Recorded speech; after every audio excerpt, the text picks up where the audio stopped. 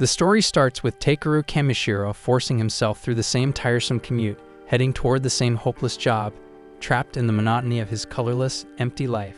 People always claimed that routine was the key to happiness, but buried inside him was a restless piece that craved something more, something different, like anyone would.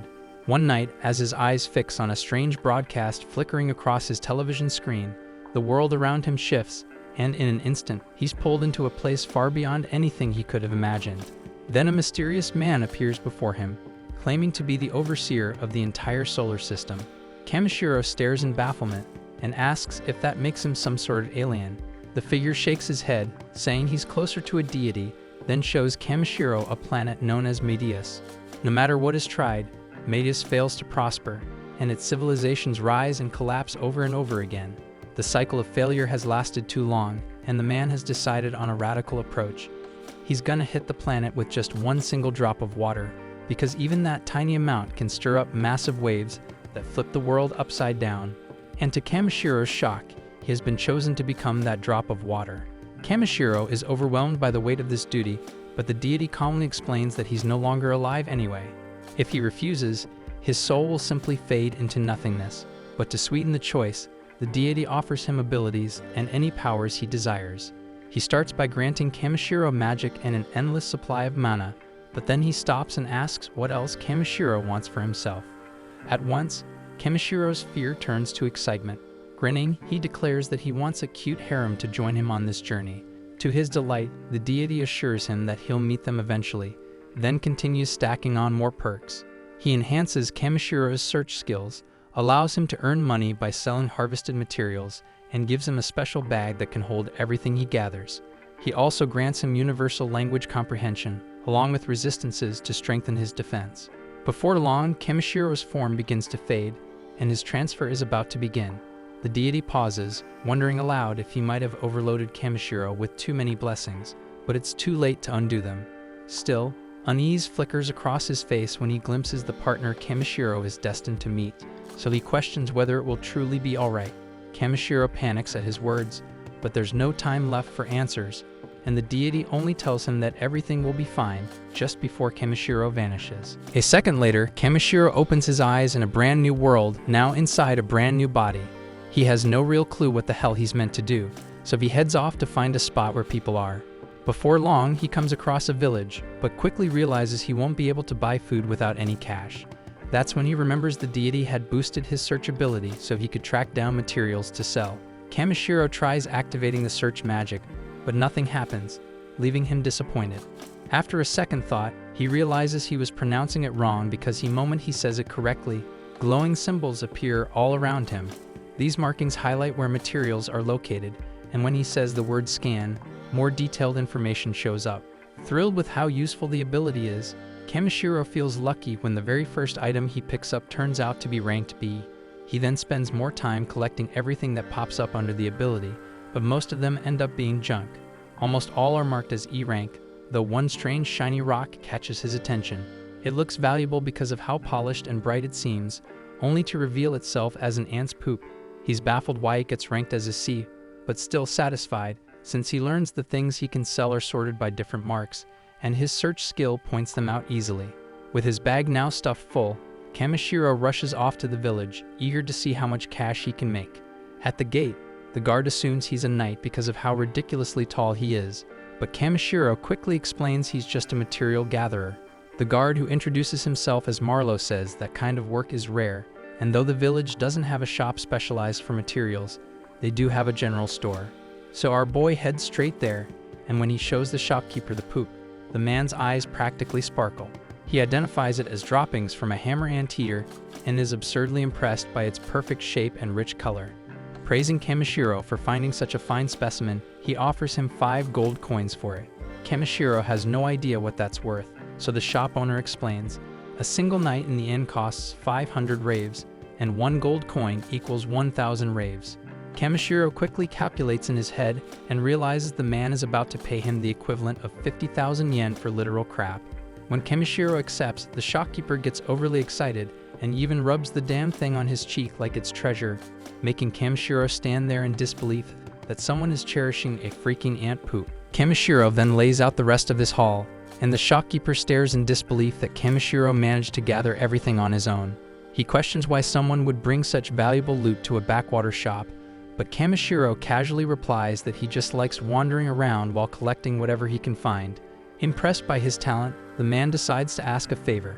He explains there's a vein of mithril hidden in the nearby mountains, and he wants Kamishiro to retrieve it. Kamishiro lives for adventure, so he agrees.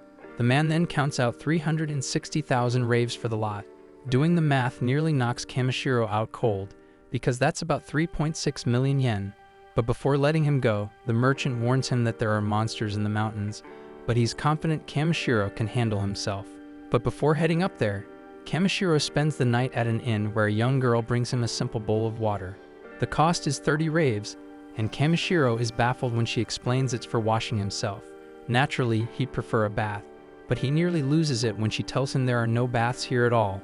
Sorcerers sometimes offer cleaning spells, but the town doesn't have any.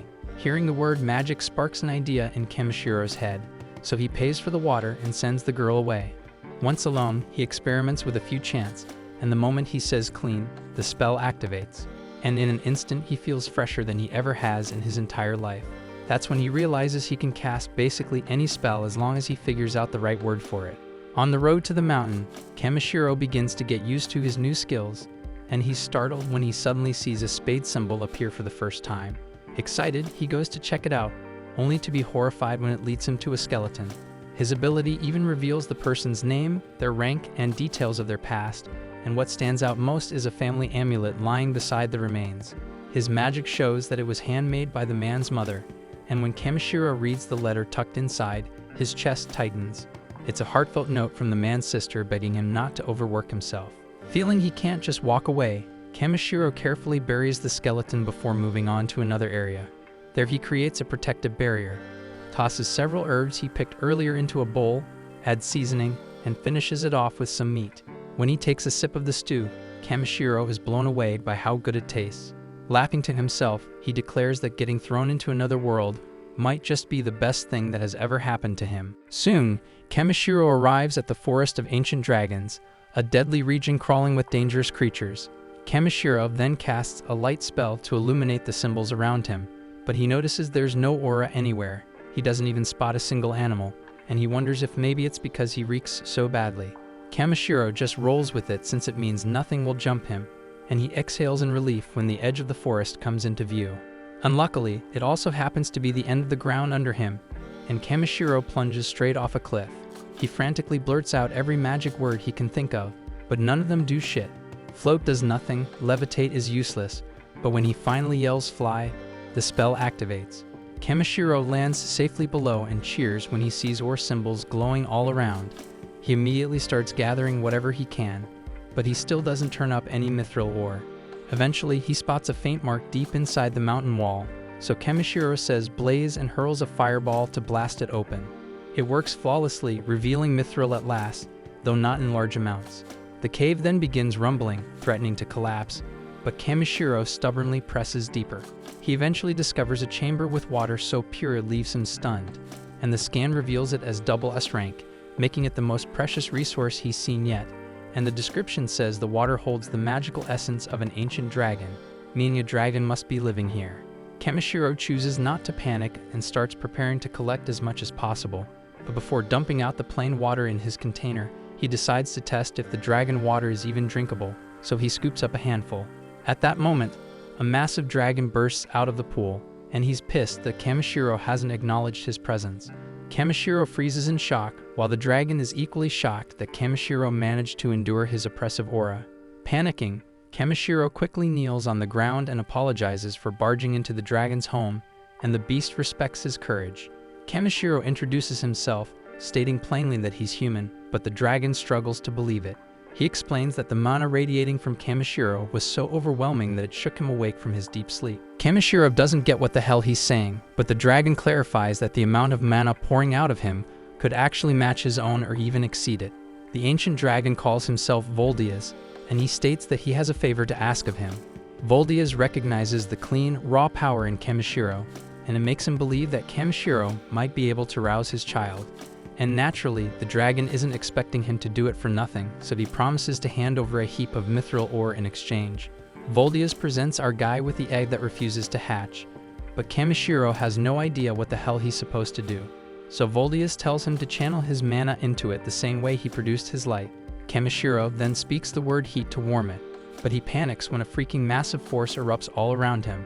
Something is obviously off, but Voldius bursts into laughter. Kamishiro's body begins to be dragged into the egg, and he thinks about how he only just reached this world, and he was hoping to see more of it before he died. Moments after, Kamishiro ends up in a weird place, and a voice calls him reckless. Kamishiro wonders if this is the deity from before, but realizes it's someone else.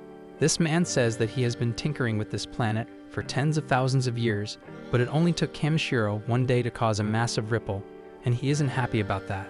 Kamishiro has no idea what this man is even getting at, but the man simply casts him away. Kamishiro is bewildered when he returns to the world, but relieved when he sees that he managed to make the egg hatch. Voldius asks Kamishiro to name the newborn, but Kamishiro isn't sure if he should. Voldius says it's fine because the child already has its true name, and he only wants Kamishiro to give him his everyday name. Kamishiro agrees to it and christens the baby dragon Bee for Black. Then Voldius tells Bee to roam the wide world as much as he desires, and the hatchling immediately joins Kamishiro's party. Kamishiro notes that the little guy was just born, and questions whether it's smart for Voldius to let him leave with a stranger like him. But Voldius isn't concerned, and he points out that Kamishiro is stronger than he is, and he feels safe in trusting his child in his care. Voldius then delivers Kamishiro's reward by firing a beam at his magic bag, then bids him farewell. Kamishiro then formally asks Bee if he will come with him on his gathering journey, and the tiny dragon chirps his agreement. Kamishiro couldn't be happier, but before setting off, he takes a moment to use magic to clean up his new partner, because the funky little dragon stinks like hell. Afterward, Kamishiro starts heading to the surface, taking Bee with him for his first taste of the world above.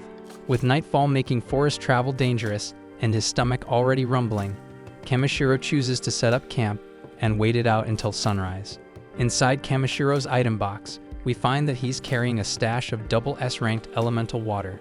This isn't just ordinary water, it's saturated with magical essence drawn directly from an ancient dragon's overflowing power, so it's crucial for raising a young dragon like Bee.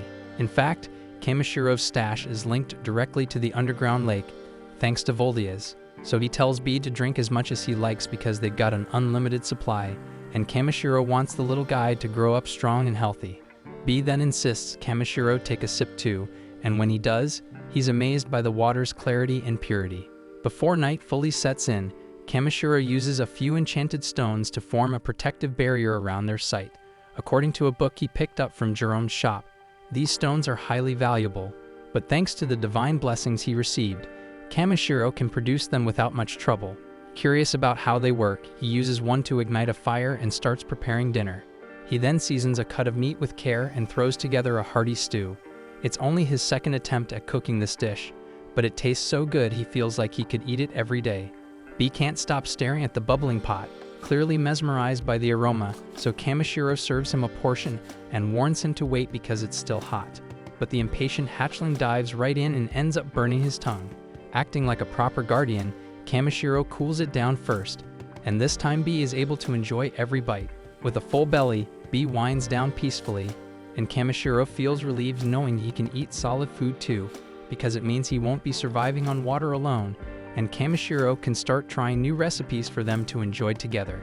Kamishiro then wonders if Bee misses his father, but Bee responds by gently hugging him. Kamishiro gets the message that it doesn't matter where they are, as long as they're together. The little dragon's affection is enough to make anyone melt, and Kamishiro finds it hard to believe that something so small is classified as a B-rank threat, and that's not even mentioning Bee's wild skills and stats. Still, Kamishiro's not too focused on that because what matters is that Bee is still a child, and children need direction and care. Switching into full parent mode, Kamishiro gently reminds Bee that even if he's stronger, that doesn't give him a free pass to act recklessly. He also mentions that Voldius would definitely be upset if anything happened to him, but Bee is already fast asleep. The following day, Kamishiro climbs his way back up the cliff he originally fell from and arrives at the same forest as before. This time, however, the place looks far less eerie than it did last night, leaving him puzzled over what might have changed while they slept. He shrugs it off, figuring it must be one of those strange enchanted forests, and makes his way back inside. Now seems like the perfect moment to do a little resource hunting, so Kamishiro reminds himself to look for materials around rank C. Activating his detection skill, he scans the area and sees glowing symbols appear above several items nearby, and he collects plenty of intriguing materials.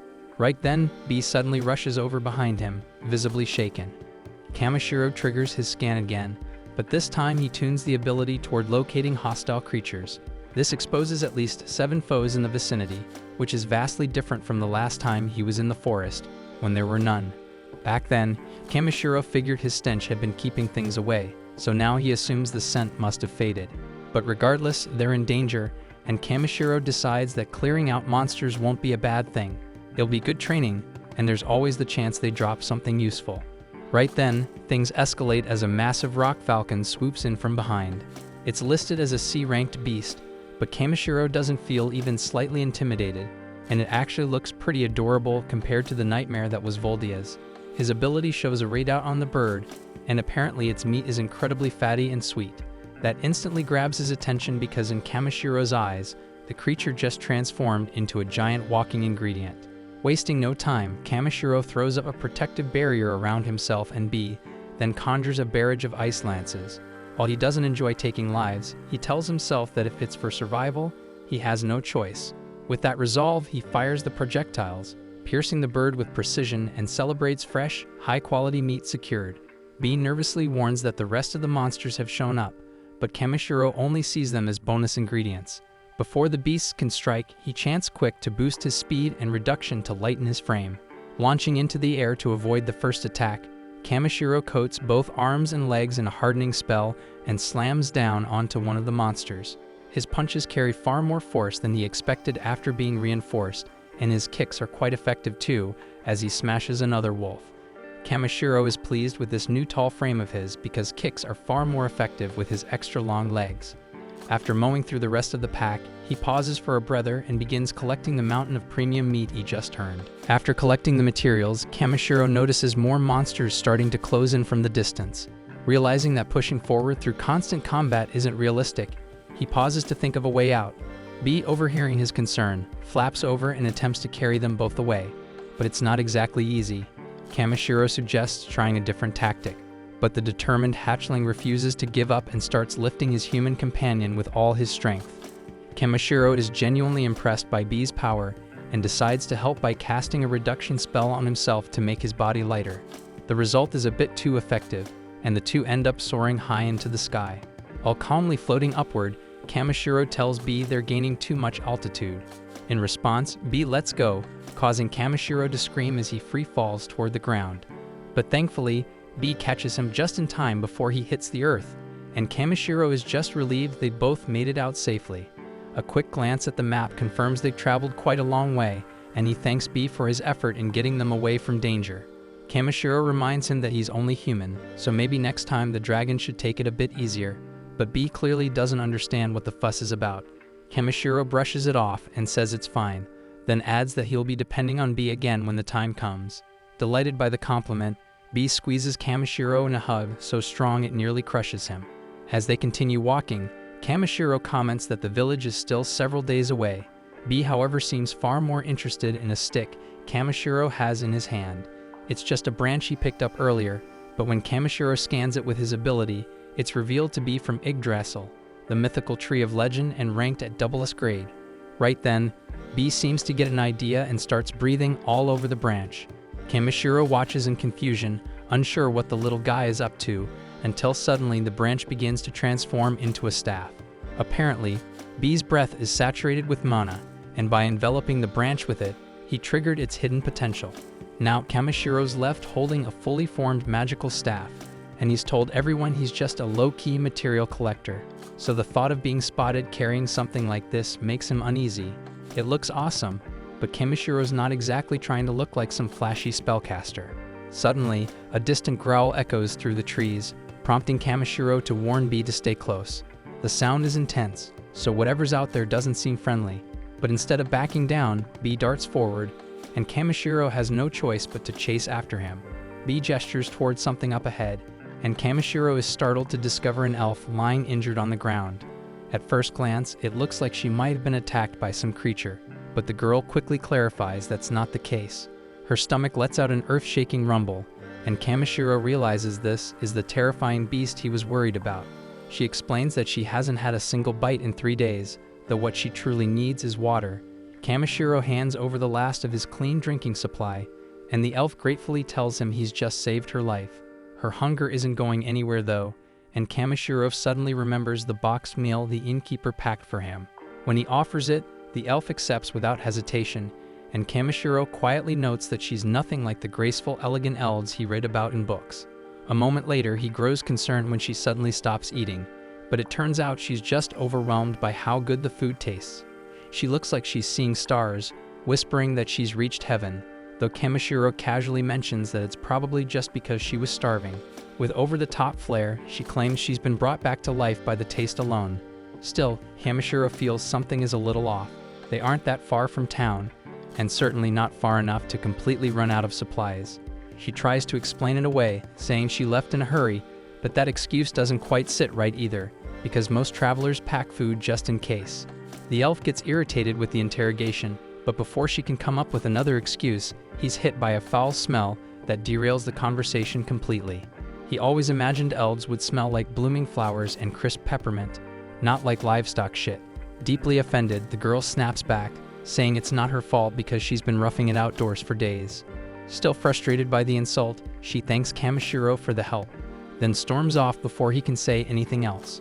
Once she's gone, Kamishiro returns to gathering materials, and as they finally reach the edge of the woods, just as they step out, the two are thrilled to see a passing carriage approaching right on time. Kamishiro stares in awe as the carriage rolls into view, not pulled by a horse, but by a freaking unicorn. While majestic, unicorns are surprisingly common in this world and only considered an E-rank creature. The driver spots Kamishiro's staff and asks if he's a magician of some kind, but Kamishiro quickly clears that up, saying he's nothing more than a material collector and trader. The man is even more impressed by this, noting that someone who specializes in gathering is a rare find. Kamishiro didn't expect that kind of response and quietly admits to himself that he wouldn't exactly call himself a specialist. The driver kindly offers him a ride back to the village, but Kamishiro hesitates, pointing out that he's a tall guy and might not fit comfortably. Fortunately, there's ample space inside, and the family turns out to be very warm and welcoming. Ever since arriving in this world, Kamishiro has noticed that children seem drawn to him. Now that he's practically a parent himself, he doesn't mind it at all. He just hopes he isn't being a burden, but the man reassures him that the village lives by a simple code: help those in need. It's a value the whole family shares, and Kamishiro quietly admires the courage it must take for kids to travel with their parents in such risky territory. The children are incredibly sociable, so Kamishiro gently reminds them not to trust people too quickly.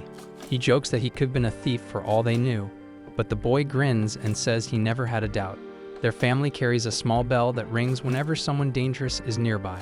It's a clever little tool, and Kamishiro wonders if he might be able to craft something similar himself. After exchanging names, they start to hear faint chirping coming from inside Kamishiro's coat. The kids get excited, eager to meet whatever kind of creature he's hiding, but Kamishiro warns them that it's no ordinary pet. Eliza curiously comments that monsters aren't anything unusual, and adventurers often travel with them, so there's no need to be so secretive.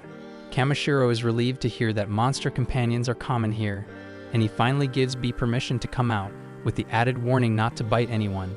Bee pops out with a cheerful grin, and the parents are visibly startled to see an actual dragon. Seeing their reaction, Kamishiro quietly decides that it's probably best not to mention that Bee is the offspring of an ancient one. The family immediately assumes Kamishiro must be a dragon knight, given the fact that he's traveling with an actual dragon, but he casually explains that he just stumbled across a dragon egg one day. That revelation shocks them even more, since getting a dragon to hatch is no small feat. In fact, for a human to pull it off is practically unheard of.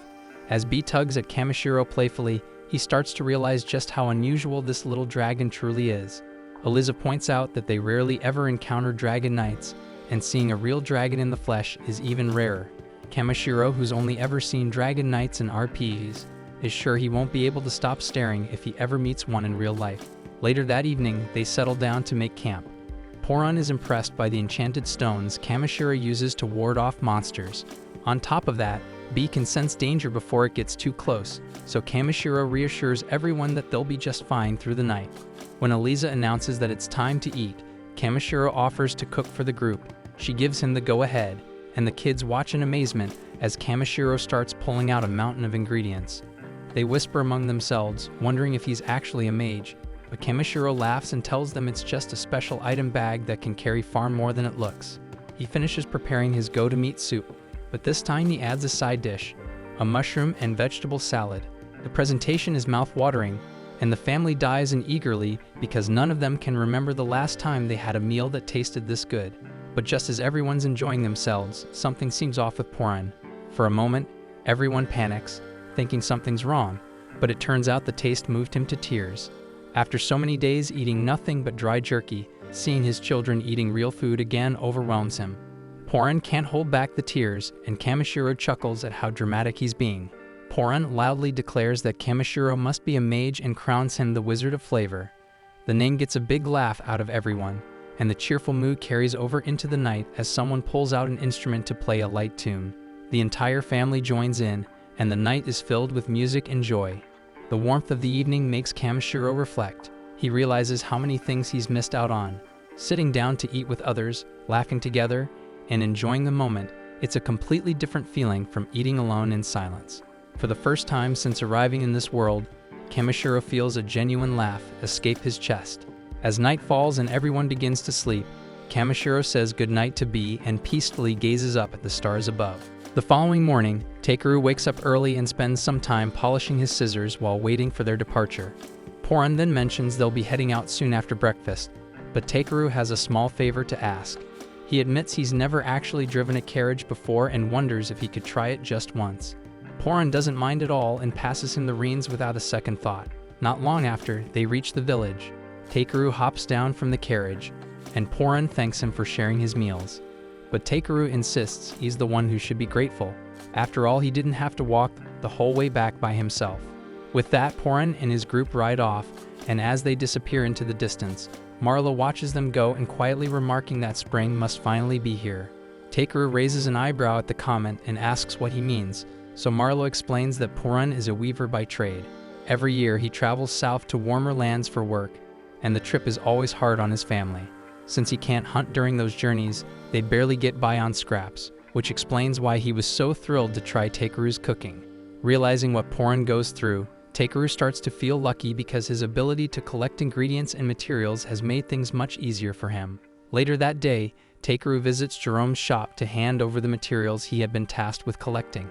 As a small experiment, he quietly slips one piece of magic-infused mithril ore, the kind he picked up from the dragon's lair, into the batch of regular mithril, just to see how Jerome reacts. The shopkeeper takes his time, carefully inspecting every piece. Eventually, he pauses and points to the odd one out, declaring that it must be a rare magic-infused mithril. Jerome explains that a few chunks of this stuff hold enough magical power to replace most of the kingdom's standard magic stones. Takeru pretends to be surprised, though he already knew exactly what it was. Jerome is impressed that Takeru managed to stumble upon something so rare, but Takeru shrugs, saying he just happened to come across it during his trip. Jerome doesn't buy the modesty. Even if it was just lying around, being able to recognize and retrieve a stone like that takes skill. He tells Takeru that if he really wants to make the most of his abilities, he should head to Belkame, a major city with a much bigger market. As much as Jerome doesn't like the idea of letting go of someone with so much potential, Takeru would have access to a wider selection of goods and better opportunities there. He only asks that when Takeru eventually makes a name for himself, he remembers to send a few good customers back to his shop. Takeru wasn't really aiming for fame or recognition, but the idea of heading to a major city sparked his curiosity. Once he got back to the inn, he decided to learn more about Belkame. There he discovered that the city had a well-established adventurers guild, one that handled quests from across the entire nation. The adventurers were organized into various roles, combatants, support types, and other specialties. Since he was now living in a different world, Takeru thought it might be fun to experience life as an adventurer, traveling from place to place. He set his sights on joining the guild in Belkame, but before heading out, he still had some unfinished business here in Tormi. First, he made his way into town to drop off the monsters he captured so they could be processed. With that taken care of, he spent the rest of the evening celebrating with the villagers, eating, drinking, and enjoying their hospitality. The following day, Takeru returned to the butcher. By then, all of the monster parts had been cleaned and prepared, giving him more than enough food and spices to keep him stocked throughout his trip. The woman behind the counter said the village would feel a little emptier without him, and that a lot of locals had been hoping he might stick around longer. Takeru admitted he'd missed the place too, but there were still so many places he wanted to see, and so many people left to meet. He couldn't stay in one spot just yet. The woman smiled and said she understood, and that she wouldn't try to convince him otherwise. Before he left, she handed him a cloth bag. Inside, she'd packed a full set of meals for the road. Actually, it was more than just one. She'd stuffed the bag full of travel lunches. Takeru was touched, and it looked like food wouldn't be a concern for quite some time. Later, back in his room, there was only one thing left on his mind: what to do with the magic mithril ore. Jerome had told him it was far too valuable for him to buy, which left Takeru unsure of what to do with it. Throwing it away was out of the question, but since the ore contained a strong magical presence, he began to wonder if he could use it to create something useful for the village as a way to say thanks. That's when his eyes landed on the lamp sitting on his table, and an idea clicked. He grabbed the magic ore and tried merging it with the lantern. It didn't take long before he figured out the right process, and with a burst of light, he succeeded in crafting a magical item. The following day, just as he was about to leave, the entire village gathered to see him off. Takeru thanked them for all their kindness. As a token of his appreciation, he presented the item he'd made. He explained that it was an enchanted tool designed to generate a protective barrier around the village, one that would repel anyone with harmful intentions. The villagers were stunned by the gesture. While they deeply appreciated it, some of them hesitated, wondering if it was really alright to accept something so rare and priceless. Takeru reassures everyone that it's perfectly fine because he considers it the least he can do to repay their kindness. And also, he wants to make sure the village is still safe and intact if he ever decides to come back for a visit. Jerome, however, can't help but wonder what kind of power source is behind the device. Curious, he opens it up for a closer look, and sure enough, inside is the magic-infused mithril ore, worth a fortune. He's about to object and say they can't possibly accept such a valuable gift, but by the time he turns around, Takeru has already slipped out the gate and disappeared down the road, so it's too late to return it now. As Takeru makes his way toward Belkame, he takes a moment to appreciate the quiet countryside. The breeze is calm, the view is peaceful, but that doesn't last. Up ahead, standing square in the middle of the road, is a giant crab that looks like Mr. Salta. At first, he's a bit taken aback, but once the surprise wears off, Takeru checks Mr. Salta's stats and quickly realizes there's nothing too threatening about it. What really grabs his attention is the line that says it's edible. With a smirk, he decides tonight's dinner is going to be seafood. He casts a body enhancement spell to get ready for combat, but before he can even throw a punch, B zooms past him and lets out a piercing sonic scream that knocks the crab out cold in one hit. Takeru is amazed because he had no idea B had that kind of power. But there's no time to celebrate yet, as two more crabs appear out of nowhere. Thinking he's safe by standing in the center of the road since crabs are supposed to only move sideways, Takeru relaxes. That is, until the crabs charge straight at him. Turns out these ones can move forward just fine, and in seconds, they've flanked him. As the claws close in, B reacts quickly and lifts Takeru into the air. The two crabs crash into each other below, giving him a lucky escape. Takeru thanks B for his fast thinking, but the fight isn't over. The first crab has recovered and lunges forward in a blind charge. Takeru summons his staff and smashes the crab straight into the sky, finishing it off for good. With the danger cleared, it's time to start preparing the meal. Takeru hardens his arm into a blade-like edge and starts cutting off the crab's claws and legs. After a few minutes of work, everything's ready to be boiled. He pulls out an enormous cooking pot and tosses all the crab parts in. He adds water, a generous amount of salt, and lets everything cook for a few hours. When it's finally done, the two of them sit down to eat. The crab meat is delicious, sweet, rich, and perfectly cooked, so Takeru and B devour every bite.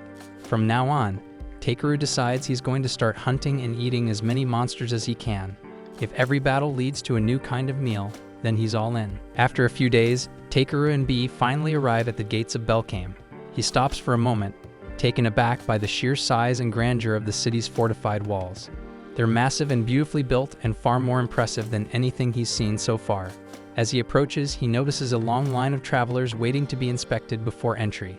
Takeru joins the line, but before it's his turn, he discreetly casts a spell to mask his magic bag because he figures it wouldn't be a great idea for the guards to find out he's carrying an item with infinite storage. When his name is called, Takeru is led into a separate inspection room by the guards. One of them begins checking through his belongings, while the other asks about the reason for his visit. Takeru replies that he's here to register with the Adventurers Guild. The guard nods, saying that makes sense because Belcame is home to the largest guild on the entire continent. He doesn't think Takeru looks suspicious, but protocol is protocol. So he tells Takeru they'll be running a scan using something called a virus. Takeru blinks because he's never heard of it before, so he asks how it works. The guard explains that a virus is a magical tool designed to detect if someone is hiding anything shady. Takeru agrees, and the guard holds out the device, scanning him from head to toe. After a few seconds, the results come in, and nothing out of the ordinary. Feeling curious, Takeru activates his ability and takes a peek at what the guard actually saw. A stat window pops up, showing that Takeru is marked as a magic user, nothing else. That's a relief because none of the powerful skills or blessings he got from the deity showed up, which means his secrets are still safe. The guards give him the all clear, but just before letting him go, one of them stops him with another question. It's not a serious issue, but he's curious why Takeru's stat window shows a blessing of the dragon's tag. Takeru calmly explains that it's probably because of his pet. He calls B out, and the tiny dragon emerges, and both guards are stunned by how adorable she is.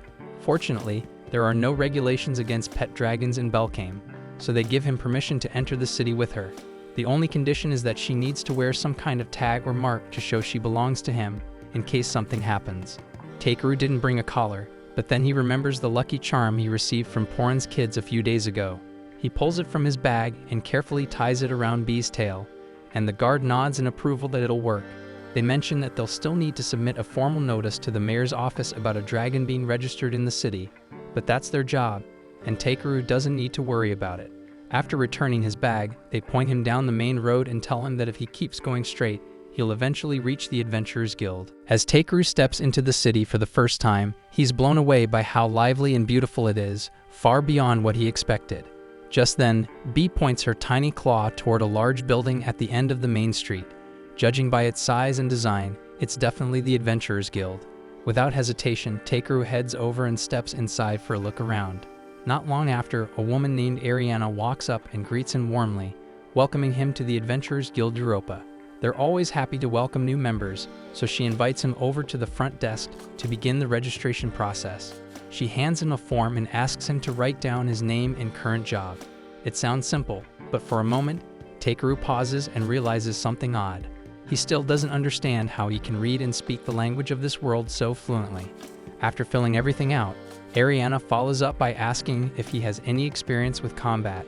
Takeru casually mentions that he's taken down a griffin, fought off a bunch of wolves, and even handled a couple of oversized crabs. It all sounds a bit too convenient, and Ariana quietly wonders if he's exaggerating. So she asks if he has any proof. Takeru says he does, but warns her that it's kind of big. Ariana, thinking it's nothing serious, tells him to go ahead. To her absolute horror, Takeru pulls a massive crab from his inventory and drops it right on her desk. The sheer weight of it splinters the wood into pieces. He instantly realizes he might have gone a bit overboard, but in his defense, he did warn her. All the other adventurers quickly gather around to see what's going on. The guild master arrives, asking what the commotion is, so Takeru deadpan replies that he just wanted to show Ariana his crab. The guild master, staring at the ruined desk and giant crustacean, says he can see that, but he's more curious about how Takeru pulled it out so casually, and he suspects an item box. He asks where Takeru got it, and Takeru explains that it was a gift. The guild master activates his own ability to confirm. It's similar to Takeru's scan, but instead of a stat window, he can read a person's aura and judge their intentions. Takeru's aura gives off nothing suspicious, so he decides there's no need for punishment, just an honest mistake. He says they can appraise the crab and offer a payout by the end of the day, but Takeru surprises everyone again by saying he actually plans to eat it later. The entire guild goes silent, stunned by the statement. The crowd grows even larger, so Ariana hurries to wrap things up and suggests they move to the next room. Once they're seated at a different desk, Ariana tells him the crab definitely proved his strength, no doubt about that. She then finishes processing the paperwork and hands him his official guild armband. She admits that someone of his caliber should probably be starting at a much higher rank, but guild rules are strict, and every newcomer starts at F rank. That said, with skills like his, she expects him to move up fast. The next morning, Takeru tracked down the relatives of Beluria, the young man he had found lifeless in the woods, in order to inform them of his passing and return a few of his personal effects. Beluria's family is devastated, especially since they had pleaded with him not to pursue adventuring, but he remained resolute in his decision, believing it was the only way to earn enough to pay for his father's medical treatment. Takeru can see plainly that the man is still severely ill, and burdened by the family's grief, he begins to wonder what he can do to help ease their hardship. Later, he visits the guild to sell a collection of herbs, and the clerk is visibly impressed by the sheer size and quality of the mushrooms and leaves he's brought in. Right then, Ariana shows up looking for Takeru, and it seems he's gained a strong reputation around town lately, as several new job postings have specifically requested him by name.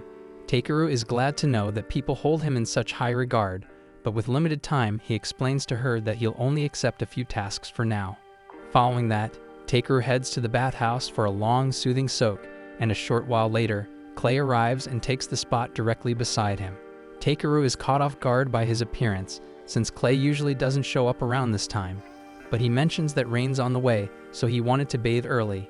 While they're there, Clay brings up a question and asks if Takeru knows how to use healing magic, since there's been talk that he treated a sick man in the slums free of charge not long ago. Takeru confirms it's true, and Clay is genuinely shocked to hear it, considering that most healers asked for a hefty payment. As Takeru reflects on it, he begins to wonder whether the healers who do charge might hold a grudge against him for upsetting their business, but the fact that this is his only concern makes Clay chuckle. He then urges Takeru to take the official rank assessment so he can move up in rank, but Takeru replies that he's content with how things are and has no real desire to climb any higher. Clay recognizes that Takeru has a laid-back nature, but still cautions him that maintaining such a low profile could eventually attract the wrong kind of attention. As he gets up to leave, he advises Takeru to gain a better understanding of how the world operates. Later, Takeru returns to the guild with another batch of herbs, and the clerk sincerely thanks him for his consistent effort, though he once again wishes Takeru would pursue a higher rank, one that would be easily attainable for someone of his skill.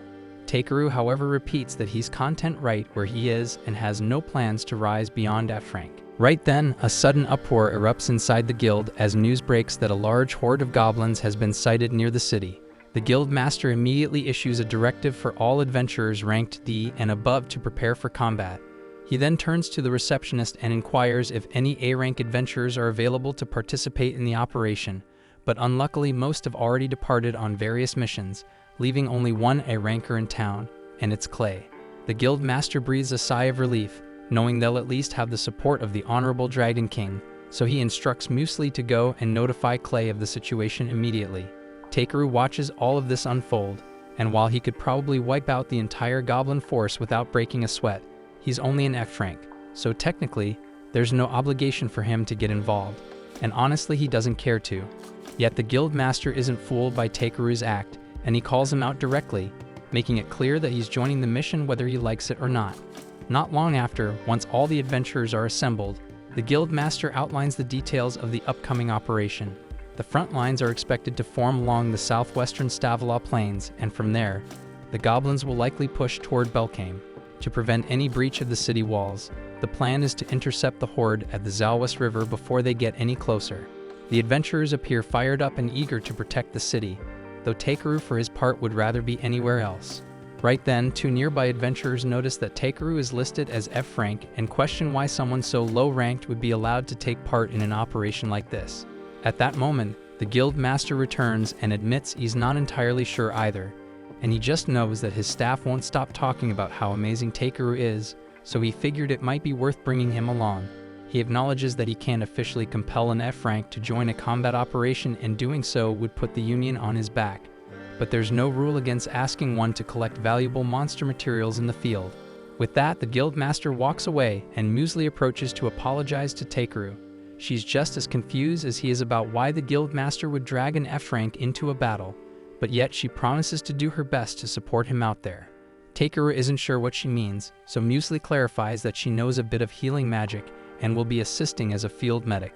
Takeru understands why she'd be brought along, but as he looks at how excited she is to charge into what could easily be a bloodbath, something in his gut tells him this mission is going to go sideways fast. Not long after, Takeru and Muesli arrived at the rear outpost, and the instant they get there, she gets startled by a bird and instinctively latches onto Takeru's arm. He politely asks her if she could let go, but Muesli is far too shaken to loosen her hand. She keeps insisting that she's not scared in the slightest, but Takeru's not buying it. He points out that they're stationed at a rear outpost, well away from the actual battlefield, so the likelihood of her encountering any real monsters is minimal. He reassures her there's absolutely nothing wrong with feeling scared. After all, even the bravest warriors feel fear sometimes. So what matters is doing your best with whatever strength you've got. Moved by Takeru's words, Muesli brightens up, promises to give it her all, and dashes off toward one of the nearby tents. Just then, Clay steps out and can't help but laugh at how Takeru just gave an encouraging speech about courage when he himself was doing everything he could to dodge the battlefield earlier. Takeru acknowledges the irony in that, but explains that he simply prefers not to get involved in trouble unless absolutely necessary. And speaking of staying out of fights, Takeru is surprised to see Clay lingering at the rear base because he expected him to be out front with the others. Clay admits that some old wounds have started acting up, and his body isn't holding up the way it used to. Takeru asks if he's referring to the scars he noticed on his back at the bathhouse. Clay tenses up for a second, expecting Takeru to judge him for carrying such disgraceful marks, but Takeru seems unfazed. Clay explains that scars on a warrior's back are seen as a stain on one's pride, and they suggest you were injured while fleeing from a fight. But Takeru doesn't view it that way, and he can tell those wounds were earned protecting someone, and the fact that he was badly injured yet still survived is something to be proud of, not ashamed of. Right then, a deep rumble echoes in the distance, the unmistakable sound of hundreds of footsteps drawing near.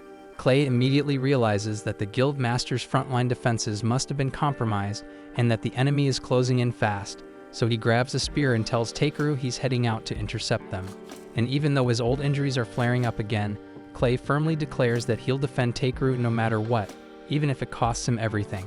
Takeru tries to stop him, insisting it's not necessary, but Clay is already charging into battle. Takeru then glances over at the tent and spots Muesli in the middle of healing a wounded adventurer. Watching her push through her fear and continue helping others, even with the threat of the enemy closing in, makes him feel guilty for trying to take the easy way out. Right then and there, he resolves to do everything in his power to ensure everyone makes it home alive. He casts a protective barrier around the outpost to shield Muesli and the other healers from harm, and then heads out toward the front lines to face the goblins himself. Out on the battlefield, the adventurers are doing everything they can to hold the goblin forces back. But at this pace, it's only a matter of time before the goblins break through and invade the city. Suddenly, Takeru charges onto the field and punches one of the goblins with such force that it gets launched straight into a big rock. It honestly unsettles Takeru to be fighting against humanoid creatures, but he doesn't have time to dwell on the morality of it, so he calls on B to handle the rest. B takes to the skies and unleashes a lightning spell, frying every goblin in the area in one powerful blast. With the threat neutralized for now, Takeru rushes over to check on the others and asks what happened. Diego explains that their formation had been holding strong at first, but the situation turned the moment a high-ranking goblin sergeant appeared. From there, everything started falling apart, but luckily Clay arrived just in time and managed to drive the goblin sergeant away. But in the chaos that followed, the group became separated from him, and now they have no idea where he is, or if he's even still alive. Takeru immediately goes off to look for Clay, and near the edge of the forest, we finally find him, but barely standing and locked in a desperate fight against a swarm of goblins. Clay manages to take out a few using his spear, but the pain from his old injuries is flaring up badly, and it eventually brings him to his knees. The goblins seize the opening and rush him from behind. But before they can strike, Takeru arrives just in time and electrocutes them on the spot, saving Clay's life. Clay is stunned to see Takeru and yells at him to leave, insisting that it's far too dangerous to be here. But Takeru quickly points out that Clay is the one suffering from a serious injury and shouldn't be pushing himself this hard. Right then, the two hear the ominous footsteps of the goblin sergeant drawing near. It suddenly charges at them, but both manage to leap aside just in time. Retreating would be the safest option, but there's no way they'll outrun the goblin sergeant now. Despite the intense pain coursing through him, Clay plants his feet and takes a battle stance. He says he'll hold the goblin off long enough for Takeru to escape, because no matter what, he refuses to let his friend die out here. Takeru is genuinely moved by Clay's determination, so he suddenly asks if those scars on his back carry any emotional significance. Clay thinks it's a strange question to ask in the middle of a battle, but replies that the scars only serve as a painful reminder of his past failures, so he hates them with every fiber of his being. Takeru takes that as a sign that he wouldn't mind if they were erased, and before Clay has the chance to ask what he means, Takeru pulls out a vial of Voldia's enchanted water and splashes it onto him. He then casts full-body healing magic over Clay, intending to erase the scars completely. However, it ends up triggering an unexpected side effect, because while the scars do disappear, it also causes Clay to evolve, turning his body pitch black. Neither of them has a clue what just happened. Clay is stunned by the transformation, but the pain from his old wounds has vanished, and he suddenly feels stronger far beyond what he thought possible. Driven by adrenaline and curiosity, he charges at the goblins to test his new strength, and within seconds, he annihilates the entire enemy horde effortlessly, without even breaking a sweat. At night, Clay visits Takeru's room, and he's reverted back to his usual appearance, but he can still feel a powerful energy simmering inside him. He demands to know what exactly Takeru did to him earlier, so Takeru casually explains that he used some ancient dragon magic water as a catalyst and followed it up with healing magic. Clay stares at him baffled, and asks how in the world he even knows an ancient dragon. Takeru reveals that Voldius is actually B's father, so technically, B is an ancient dragon too. Clay sits down, overwhelmed by what he's just heard. He's deeply thankful for what Takeru did for him, but it's clear that no ordinary person could pull off something like that, so he looks Takeru straight in the eye and asks who he really is. Takeru hesitates for a moment, realizing he may have revealed a bit too much. But then again, no one ever told him he had to keep it secret, and Clay's someone he trusts, so he decides to be honest and tells Clay that he's not from this world. Clay freezes, unsure if Takeru is being serious or joking. Takeru sits him down and walks him through the entire story, his reincarnation, his journey, and everything in between. Clay finds it almost too absurd to be true, but considering all the supernatural things Takeru's done so far, it actually starts to make a weird kind of sense. He promises to keep Takeru's origins secret, but warns him to be more careful in the future, because casually modifying someone's body isn't exactly a minor thing. The next morning, Takeru is seen accompanied by a young woman named Reborn, who turns out to be the one in charge of managing the shop. He asks if she happens to have any gatherer scissors available, as his current pair has become too worn to use properly. Unfortunately, she informs him that she doesn't stock those kinds of tools, but she does mention that she knows a highly skilled blacksmith who could forge a new pair for him, though in exchange, someone will need to gather a specific set of materials for him. Takeru expresses interest in hearing the job details, so Reborn starts guiding him toward her boss's workshop. As they make their way through the halls, Takeru catches sight of several blacksmiths working diligently in the forge. He's clearly impressed by their craftsmanship, and Reborn agrees wholeheartedly, admitting it's why she dreams of becoming a skilled blacksmith herself and forging a legendary blade worthy of a hero someday. Eventually, they arrive at the workshop, and Reborn proposes the idea of having Takeru gather some Ildra ore, the rare mineral required to forge the sword, but her boss shuts it down instantly, saying there's no way he's letting a gatherer venture into those damn mines. Reborn pushes back, suggesting he should at least consider it, and the two begin arguing, while Takeru remains confused, having never even heard of Ildra ore. The boss explains that his refusal is due to the mines being infested with monsters, and there are even rumors of demons lurking deep inside, so he can't in good conscience let Takeru take that risk. Reborn admits that the number of miners has recently dropped, but the boss figures she conveniently left that part out when talking to Takeru. He tells her bluntly that any blacksmith willing to endanger others for personal ambition has no right to wield a hammer. Realizing her mistake, Reborn sincerely apologizes to Takeru and tells him to just forget about it. But despite the risk, he still seems intrigued and asks whether Ildra ore is truly the only material capable of making the sword. Reborn confirms that it is, so Takeru offers to gather the ore in return for a specially crafted pair of scissors. The boss turns to him and asks if he even paid attention when they mentioned the monster threat, but Takeru calmly replies that he's capable of handling anything down there, so they shouldn't worry. To prove it, he pulls out one of the crab claws he's kept with him, a beast even B-rank adventurers would hesitate to face. And seeing that, the boss begins to realize Takeru might actually be up to the task. Takeru heads out right away toward the Ryuhai mines, and during the trip, The other passengers in the carriage begin chatting about how odd it is that all the poisonous herbs in the region vanished overnight.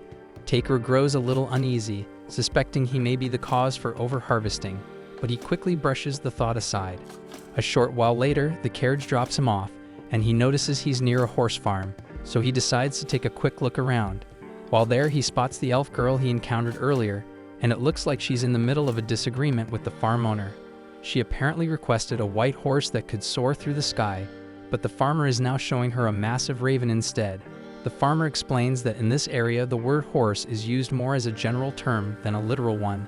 Basically, anything that can carry cargo qualifies as a horse, whether it's an actual horse or a freaking giant bird. Realizing the misunderstanding was her fault for not being more specific, the elf apologizes for causing a scene.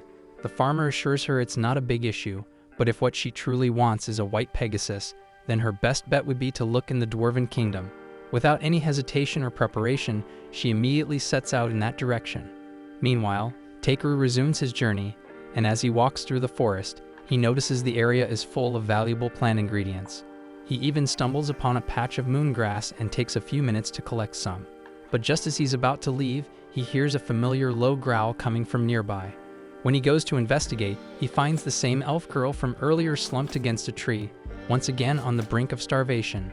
He quickly gives her some food and water, which she gratefully accepts. She then extends her hand to thank him with a handshake, but she still reeks terribly, and Takeru decides he's had enough of the damn stench, so he casts clean on her to freshen her up. She introduces herself as Verita Brolite and sincerely thanks him for helping her now, and for what he did before. Takeru tells her there's no need for thanks and turns to leave, but Brolite stops him, saying she wants to repay his kindness. Takeru explains he didn't help her expecting any reward. Still, in that case, Brolite insists on traveling with him to assist however she can. Though Takeru tries to decline, she won't take no for an answer, so he ultimately lets her tag along. Over the next few hours, Takeru continues collecting herbs from the forest, and Brolite does her best to help, though she mostly ends up gathering a bunch of completely useless stuff, like shit literally. After a while, it comes time to set up camp, so Brolite offers to gather some firewood. Takeru tells her there's no need, as he already has a few fire magic stones he can use instead. But Brolite points out that it's important to leave signs of a real campfire in places like this because it helps let other travelers know the spot is safe to rest. Takeru admits she makes a valid point, so Brolite disappears into the woods, and not long after, she returns carrying a massive log slung over her shoulder. Takeru tells her they can't exactly burn something that large for firewood, but Brolite simply replies that she's not finished yet. Without hesitation, she tosses the log into the air, draws her blades, and slices it into dozens of smaller pieces in a single swift motion. Takeru is genuinely impressed, not just by her technique, but also by the fact that her weapons are A rank, which is a first for him to see up close. Later that night, Takeru prepares a pot of soup, and the moment Brolite tastes it, she's completely stunned because she's never had anything so delicious before. As they enjoy their meal, she asks if he's heading to the Dwarf Kingdom too, so Takeru replies that he's on a mission to gather Ildra ore from the Ryuhai mines located there. And as for Brolite, she explains that she's on a quest to find a white Pegasus because it's her sister's biggest wish to see one, and she's determined to make that happen. That being said, she's just enjoyed another delicious dinner thanks to him, which means her debt has grown even more, and she insists she must repay him. So Takeru asks if he can hire her as a bodyguard, since there's still a lot about adventuring he's unfamiliar with. Brolite gladly accepts, saying she'd be more than happy to protect him. And for the first time, Takeru realizes that when she's not half-starved or collapsing from exhaustion, Brolite actually looks quite beautiful. Unfortunately, he doesn't get much sleep that night because both Bee and Brolite snore incredibly loudly, making it nearly impossible to rest. The next morning, they continue on their journey until they spot the Dwarven Kingdom just across the river. Once they arrive, they head straight to a nearby tavern to enjoy some of the local cuisine. They're served a dish of roasted meat wrapped in jupes, a Dwarven specialty. Takeru tries it and instantly falls in love with the taste, and Brolite agrees it's just as good as her friend described. Curious, Takeru asks what kind of friend she's referring to, and she explains that it was a lizardman she once knew. He laughs, saying what a coincidence that is because he also knows a lizardman, and coincidentally he has been sitting right behind them this entire time. Takeru is caught off guard to see Clay here, and Clay immediately asks why Takeru left town without giving him any prior notice. Takeru proceeds to explain the entire situation, and although Clay understands, he points out that Takeru's current rank is still too low to officially take on a task like gathering Ilra ore from the mines, meaning he won't be able to submit it to the guild for proper evaluation. He then asks if Takeru is at least getting a decent reward for his efforts, and Takeru replies that Grusis has agreed to craft a high-quality pair of scissors for him in return for the ores. Clay is momentarily speechless, clearly thinking that's a lopsided deal, but Takeru insists that a reliable pair of scissors is crucial for any serious gatherer. If Takeru genuinely feels satisfied with that as his only compensation, Clay sees no reason to argue. However, he says he'd like to tag along on the mission. He was already planning to head into the city to get his spear repaired anyway, so he suggests Takeru just consider it a slight detour. But before Takeru has the chance to turn him down, Berlin unexpectedly chimes in, suggesting Clay take on the role of Takeru's bodyguard as well. So it seems like Takeru is now stuck with their company whether he likes it or not. The following day they make their way to the gates of Vashral, and they're met with a lengthy line outside, so it looks like they'll be waiting quite a bit to get in. That is until Takeru notices Clay speaking with the guards nearby, and a few minutes later, they're waved past the crowd and granted direct entry, thanks to Clay's reputation. Once they're inside the city, one of the guards pulls Clay aside to deliver a message. The king is requesting an audience with him. This completely surprises Takeru because he had no idea Clay was on a first-name basis with the ruler of the Dwarf Kingdom. Clay brushes it off, saying the story is kind of long, but the guard interrupts and says it's actually pretty straightforward. Apparently, Clay once saved them from the Thunder King Zengum, and ever since, he's been celebrated across the kingdom as a hero. Clay, however, insists he didn't actually do much. The dwarves are master craftsmen when it comes to forging weapons, but unfortunately, they weren't able to wield them effectively to defend themselves, which left them vulnerable to being enslaved by a demon. Then one day, Clay just happened to be passing through, and as soon as the demon saw him, it turned and fled without a fight. That moment alone was enough for the dwarves to declare him their savior. They even went as far as erecting a statue in his honor, though apparently sculpting isn't their strong suit, because the final result looks more like a freaking T-Rex than Clay himself. A short time later, Clay and the others make their way to the castle to meet with King Zorwadin. As soon as they arrive, Clay immediately demands to know who thought it was a good idea to make a statue of him that looks like that. Zorwadin replies with a laugh, saying he just thought it looked cool that way. Takeru quickly picks up on the fact that Clay and Zorwadin seem to have a close relationship, but he needs to cut into their banter because there's something important he has to deliver to the king, a letter of introduction from Grusis, essentially requesting permission for Takeru to enter the mines. The king says that under normal circumstances he wouldn't have an issue with it, but a few months ago, the mine became infested with an alarming number of demons, so he's concerned for Takeru's safety. He asks if Takeru is truly willing to proceed despite knowing the risks, and Takeru assures him that he is, so the king grants them permission to go in and investigate what's causing the sudden demon presence. Clay acknowledges the assignment without hesitation, but Takeru is left stunned, since tracking down demons wasn't exactly part of the plan. Eventually, they arrive at the mine entrance, where the head receptionist from the local guild unlocks the gate to let them through. Takeru casts a light spell to brighten the tunnel ahead, but from what he can see, there aren't many ores around this area, so he asks the guide if they can head in a bit deeper. The guide agrees, but suddenly B senses a threat approaching. Takeru quickly activates his scan ability and detects that they're under attack by two massive spiders. Clay immediately steps in and drives his spear straight through the first spider's mouth, while Takeru uses magic to immobilize the second one, buying enough time for Brolight to rush in and carve it apart. And with the immediate threat dealt with, the group presses on. As they continue further into the mine, the magical pressure grows stronger, and Takeru starts to spot faint traces of Ildra ore embedded in the rock walls. Unfortunately, the samples are too small to be of any real use. Just then, he notices something deeply buried in the stone, so he fires off a blast of explosion magic to break it loose, revealing a massive ore vein. It's not Ildra ore, but something even rarer and more valuable, prompting the guide to tell him that this is a remarkable discovery. But just as they begin to take it in, B suddenly warns Takeru that something else is closing in. The guide goes pale, eyes widening as he realizes it's a demon. After taking a closer look, Takeru calmly tells the group to stand back because he plans to handle this one solo. Not because he holds a grudge against demons, but because this particular demon is actually a giant crab, and both he and B are already thinking about how good it's going to taste. Takeru then tells B to give him ranged support while he rushes in to strike, but he also warns B not to use any fire or lightning magic, since they don't want to burn up the tasty crab meat. B answers by unleashing a powerful sound wave that throws the creature off balance, giving Takeru an opening to sprint in and crack it over the head with his staff. Unfortunately, this crab is way sturdier than the ones he's fought before, and it swings back and smacks him right in the head. Still, Takeru's not backing down, and the crowd tries to crush him underfoot, but he quickly rolls out of the way, and B seizes the moment to freeze one of its legs in place. That sparks an idea, so Takeru forms a barrage of ice needles and launches them at the crab, freezing it solid on the spot. Rolite is blown away by how quickly Takeru managed to bring the beast down, but Clay is absolutely fuming, and he demands to know why Takeru went after the thing solo. Takeru admits he might have gotten a little ahead of himself, and says he didn't want Clay or Brolite stepping in because if they used their nasty weapons, it might have ruined the meat. Clay is stunned that Takeru actually intends to eat the monster. Still, he sets that aside and reminds Takeru that he's here as his bodyguard, which means it's his job to fight and protect him no matter what. He urges Takeru to start relying on his teammates more often, and even though Takeru had no real trouble dealing with the crab on his own, he acknowledges Clay's point and offers a sincere apology, promising to count on him more in the future.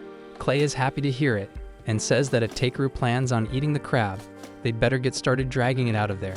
Sometime later, Takeru and the others have moved the crab's body and are now busy mining.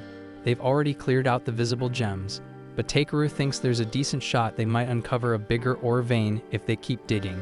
The guide accompanying them is beyond grateful, because Takeru didn't just take out the demon that had been terrorizing the mines, he also helped discover a fresh supply of valuable resources, and the guide has no idea how they'll ever repay him.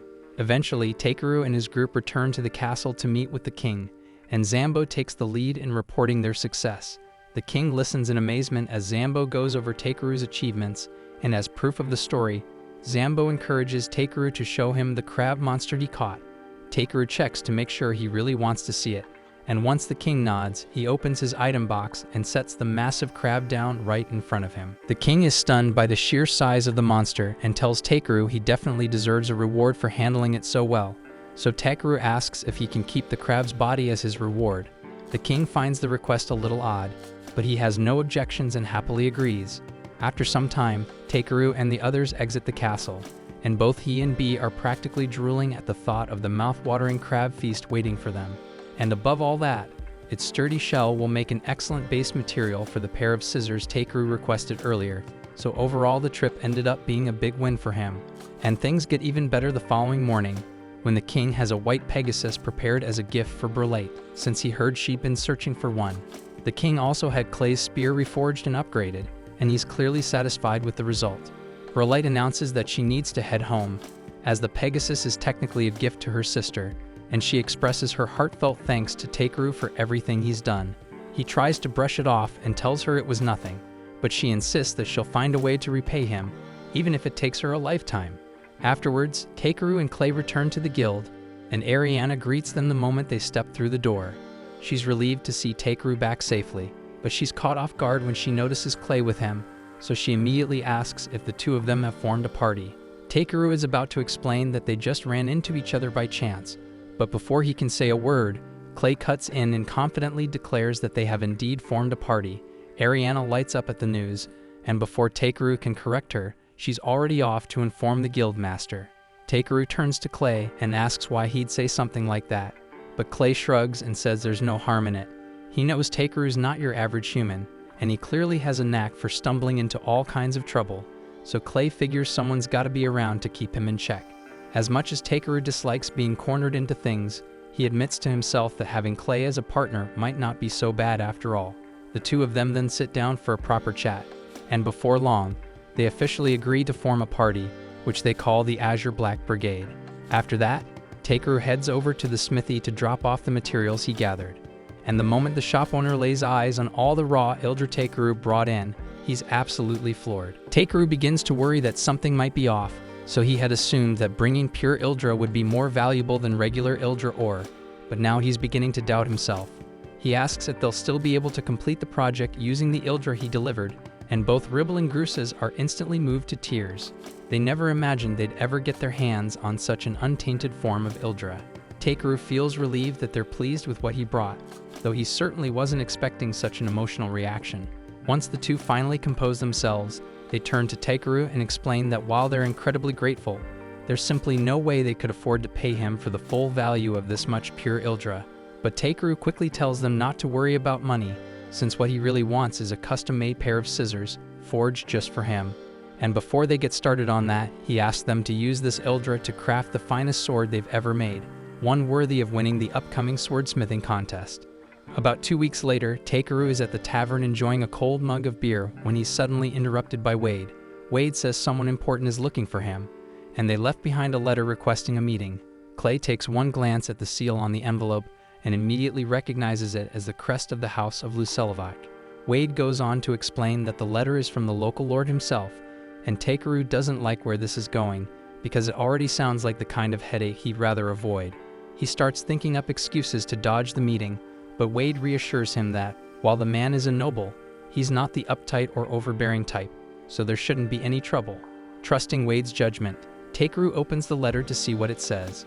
Inside is a formal invitation for both Takeru and Clay to visit the Lord's manor so he can personally bestow honors upon them. Clay is caught off guard that his name was included too, but Wade explains that the Lord likely heard the two of them had recently formed a party and decided to invite them as a pair. While the idea of being honored sounds nice on the surface, Takeru has a feeling this whole ceremony is just a convenient excuse to get him to show up. Clay agrees, suggesting that the real reason for the invitation might be B. Since baby dragons are extremely rare, the Lord probably just wants to lay eyes on one. That idea sets Takeru on edge, and he doesn't want to risk someone trying to take B away from him. But Wade assures him that the Lord wouldn't pull anything like that, and more importantly, he doesn't even have the authority to claim someone's pet. Takeru's still a bit uneasy, but after thinking it over, he decides to go, so he and Clay hop into the noble's carriage and head toward the manor for the meeting. As they head toward the manor, Takeru starts to notice that a lot of people are staring, but Clay tells him that's perfectly normal. After all, it's not every day someone gets summoned to the Lord's estate. Takeru asks why that is, and Clay explains that if the Lord chooses to back you, your entire career as an adventurer can shift dramatically for the better, so it's something almost every adventurer dreams about. Once they arrive, Takeru is struck by how massive and elegant the manor is. At the front entrance, they're greeted by Raymond, the head butler of the estate. He politely welcomes them and leads them inside, right past the grand foyer. Takeru spots a line of maids waiting to greet them, and he's genuinely impressed by how polished and coordinated everything seems. As they approach the staircase, a man walks by, but rather than acknowledging their presence, he throws them a dismissive glance and carries on like they're invisible. Takeru brushes it off because he's not easily rattled by rude behavior. But just a moment later, a young girl suddenly darts down the stairs and starts demanding that he hand over B, saying she wants him for herself.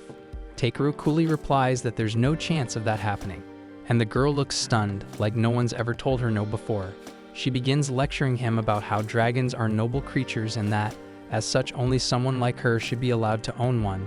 But she's clearly reciting something she was told to memorize. While she's rambling, Takeru opens her status window and sees that her name is Tiaris, the Lord's daughter. She doesn't strike him as a bad kid, so he kneels down and gently asks her why she believes she deserves B in the first place. Tiaris becomes slightly flustered and admits that Bernard told her all adventurers are beneath nobles, and that if you give them an order, they have no choice but to follow. That explains a lot, and it's clear Bernard has been filling her head with nonsense. But Takeru doesn't have a clue who that guy is. For now, he calmly tells Tiaris that B isn't just a pet, he's part of his family, and there's nothing in the world that would convince him to give him up. When Tiaris hears him say that, something clicks. She finally understands that asking Takeru to give away B is like someone demanding she give up her own family, and she knows she could never do something like that. Curious, Takeru asks why she wanted a dragon so badly in the first place. Tiaris quietly explains that she hoped to show one to her mother, because it's one of her mother's deepest wishes, but just thinking about it fills her with sadness. At that moment, a man approaches, notices the gloomy look on Tiaris's face, and gently asks her what's the matter, baby girl. Tiaris turns toward him and calls him daddy, so Takeru quickly realizes this must be the Lord, and he's honestly taken by surprise since he'd been imagining some bald, chubby old guy instead. The man gives his name as Belmonent, and once they sit down together for tea with Takeru and Clay, he offers an apology for his daughter's earlier rude attitude. Takeru waves it off and says it's no big deal, and Clay then asks Belmonent why he called them there, so the Lord explains that it concerns his wife Mulateria. He continues, explaining that his wife has been confined to bed for the past 6 months, and that he recently heard stories about Takeru curing a weak, near-death man in a single night, so he began to hope that Takeru might be able to help her using that same power.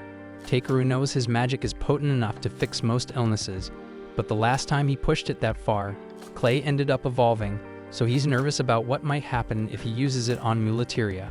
Belmonent goes on, saying that the reason Tyrus wanted Takeru's dragon is that in a few days she has to return to her academy in the royal capital, and she thought that if she left a cute little creature beside her mother, it might cheer her up. She might get carried away sometimes, but at heart she's a kind girl, and this whole story brings both Clay and Bee to tears, so Takeru finally agrees to help, even though he's still scared it might cause problems for him later. Belmonent is thrilled when he hears that Takeru is willing to help, so he escorts him to his wife's room and tells her that he has brought someone who might be able to heal her. First, Takeru uses his scan on her, and when he checks the status window, he realizes her condition is even worse than he imagined. Her status is basically a long list of life-threatening problems. For example, she's suffering from severe cataracts, anemia, kidney poisoning, liver poisoning, and that's only the start. It's honestly a miracle she's even still alive, but he's confident he can cure most of those conditions. Yet there's something in her status called Ivor poisoning, and he's never encountered it before, so he's not sure if his magic can deal with that shit.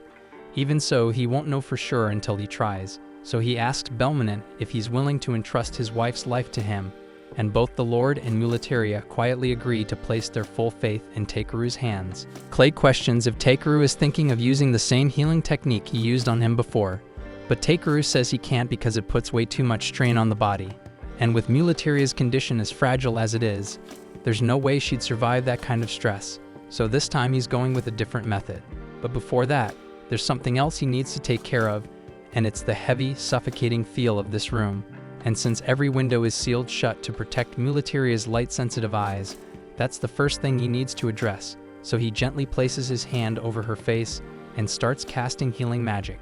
Still, he has to be extremely careful because too much power all at once could end up harming her, so he keeps the flow slow and controlled. Once he's finished, he softly asks Mulateria to open her eyes slowly, and as she blinks them open, her expression freezes in disbelief because she can see again. Takeru is relieved, and that means the room doesn't need to stay dark anymore, so he pulls out his staff and uses clean magic to clear away the dust, then opens the windows wide, letting warm sunlight flood in. For the first time in ages, Mulateria can bask in the sun without pain searing her eyes, and it's all thanks to Takeru. Still, as much as he wants to treat her other symptoms, he can't do that just yet. He asks to have a word with Belmonent in private, and Belmonent nods and follows him out.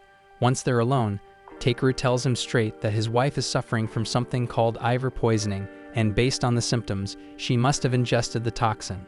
Belmonent is about to deny it because there's no way Mulateria would ever eat something so dangerous, but then it hits him that she didn't take it by mistake, and someone's been poisoning her, and the fact that he never caught on makes him feel sick.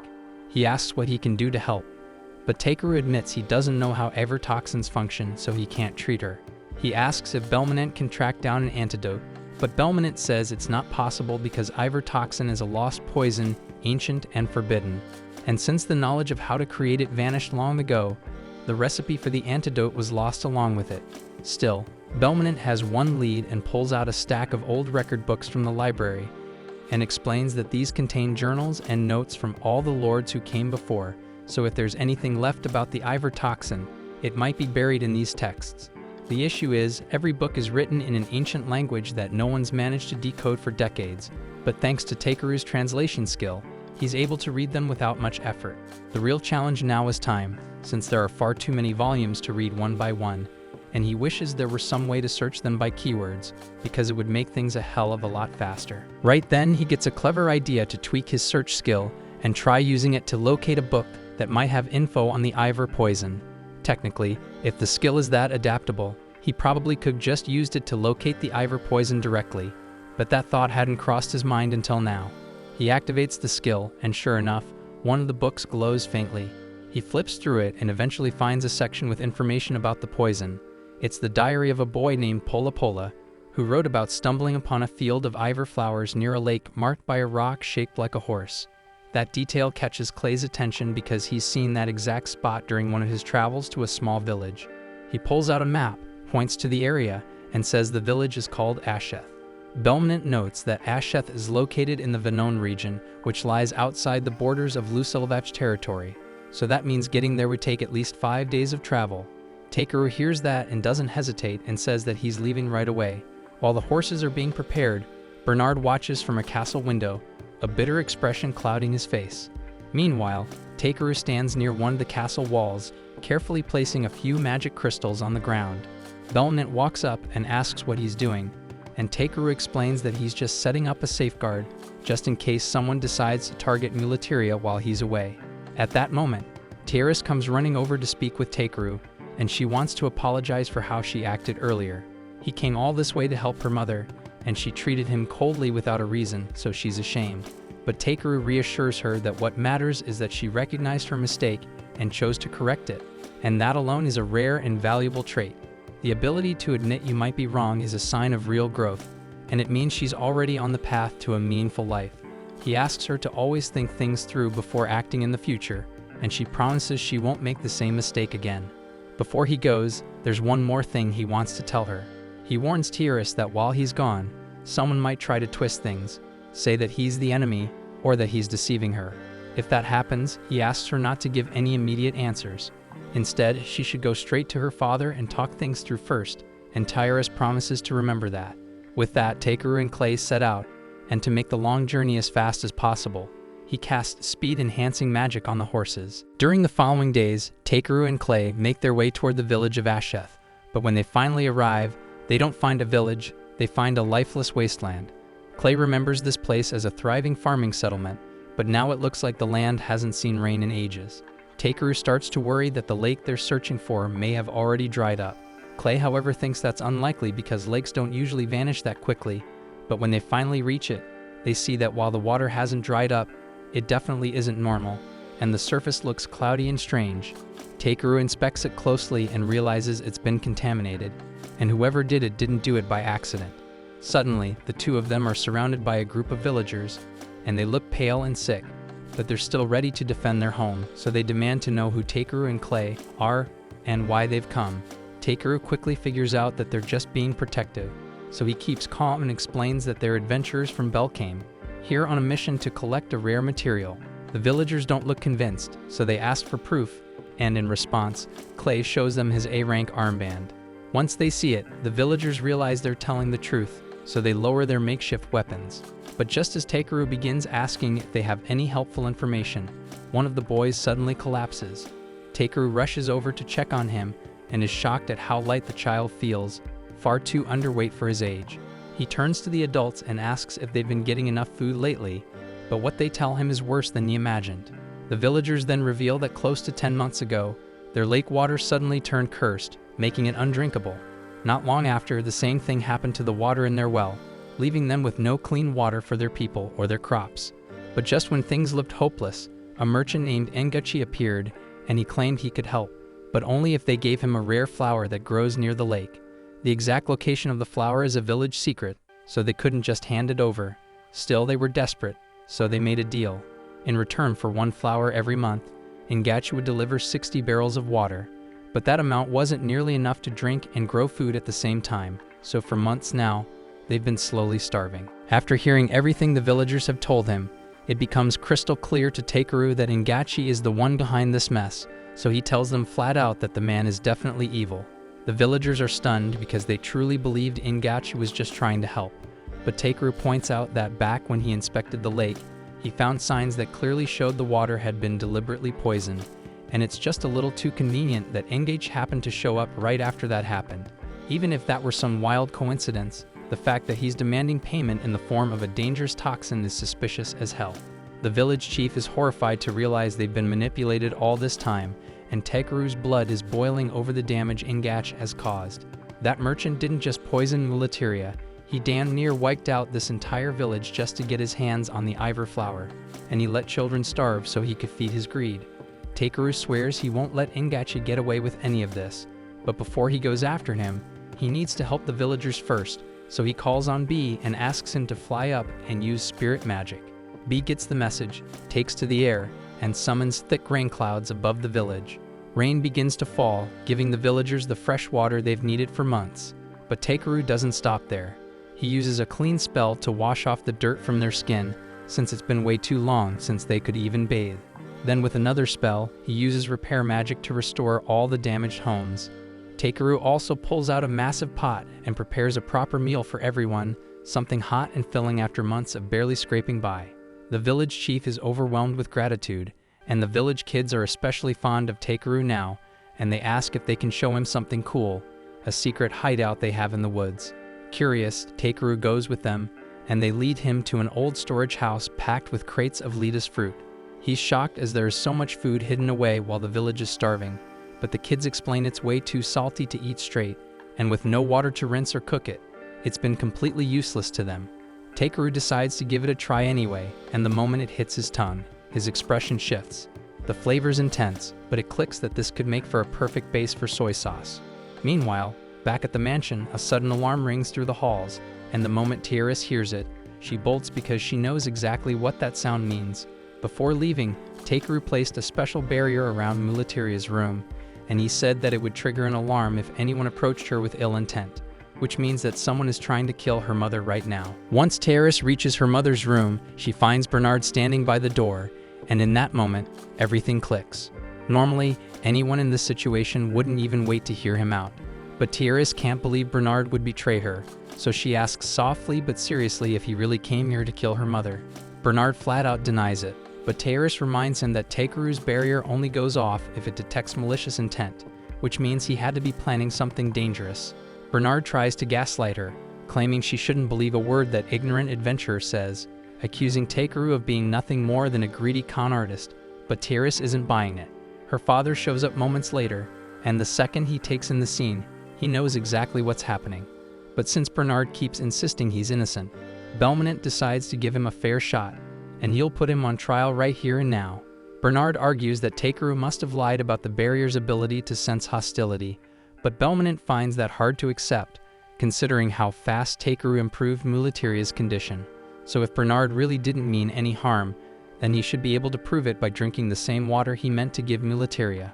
That's when Bernard panics because he knows that water is laced with Ivor poison, so the fear written all over his face confirms Belmonte's suspicion.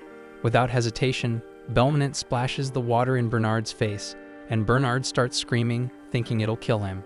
But Belmonte calmly tells him to stop being dramatic because the water had already been swapped out with clean water. So he's not going to die from poison, but he is going to spend a long time behind bars for what he's done. After Bernard is dragged off, the castle staff search his room and discover a letter. Raymond brings it to Belmonte, and whatever it says leaves him visibly shaken. That same night, Ingash shows up at the village expecting to collect another Ivor flower, but the chief is nowhere to be found. He asks one of the locals, and the man tells him that the chief went out with some adventurers. They also learned the truth, that the Ivor flowers were being used to manufacture poison, and they've decided they won't be dealing with him anymore. Realizing the villagers are no longer fooled, Ingash abandons the act. If he can't trick them, they'll just burn the whole place down and take what he wants by force.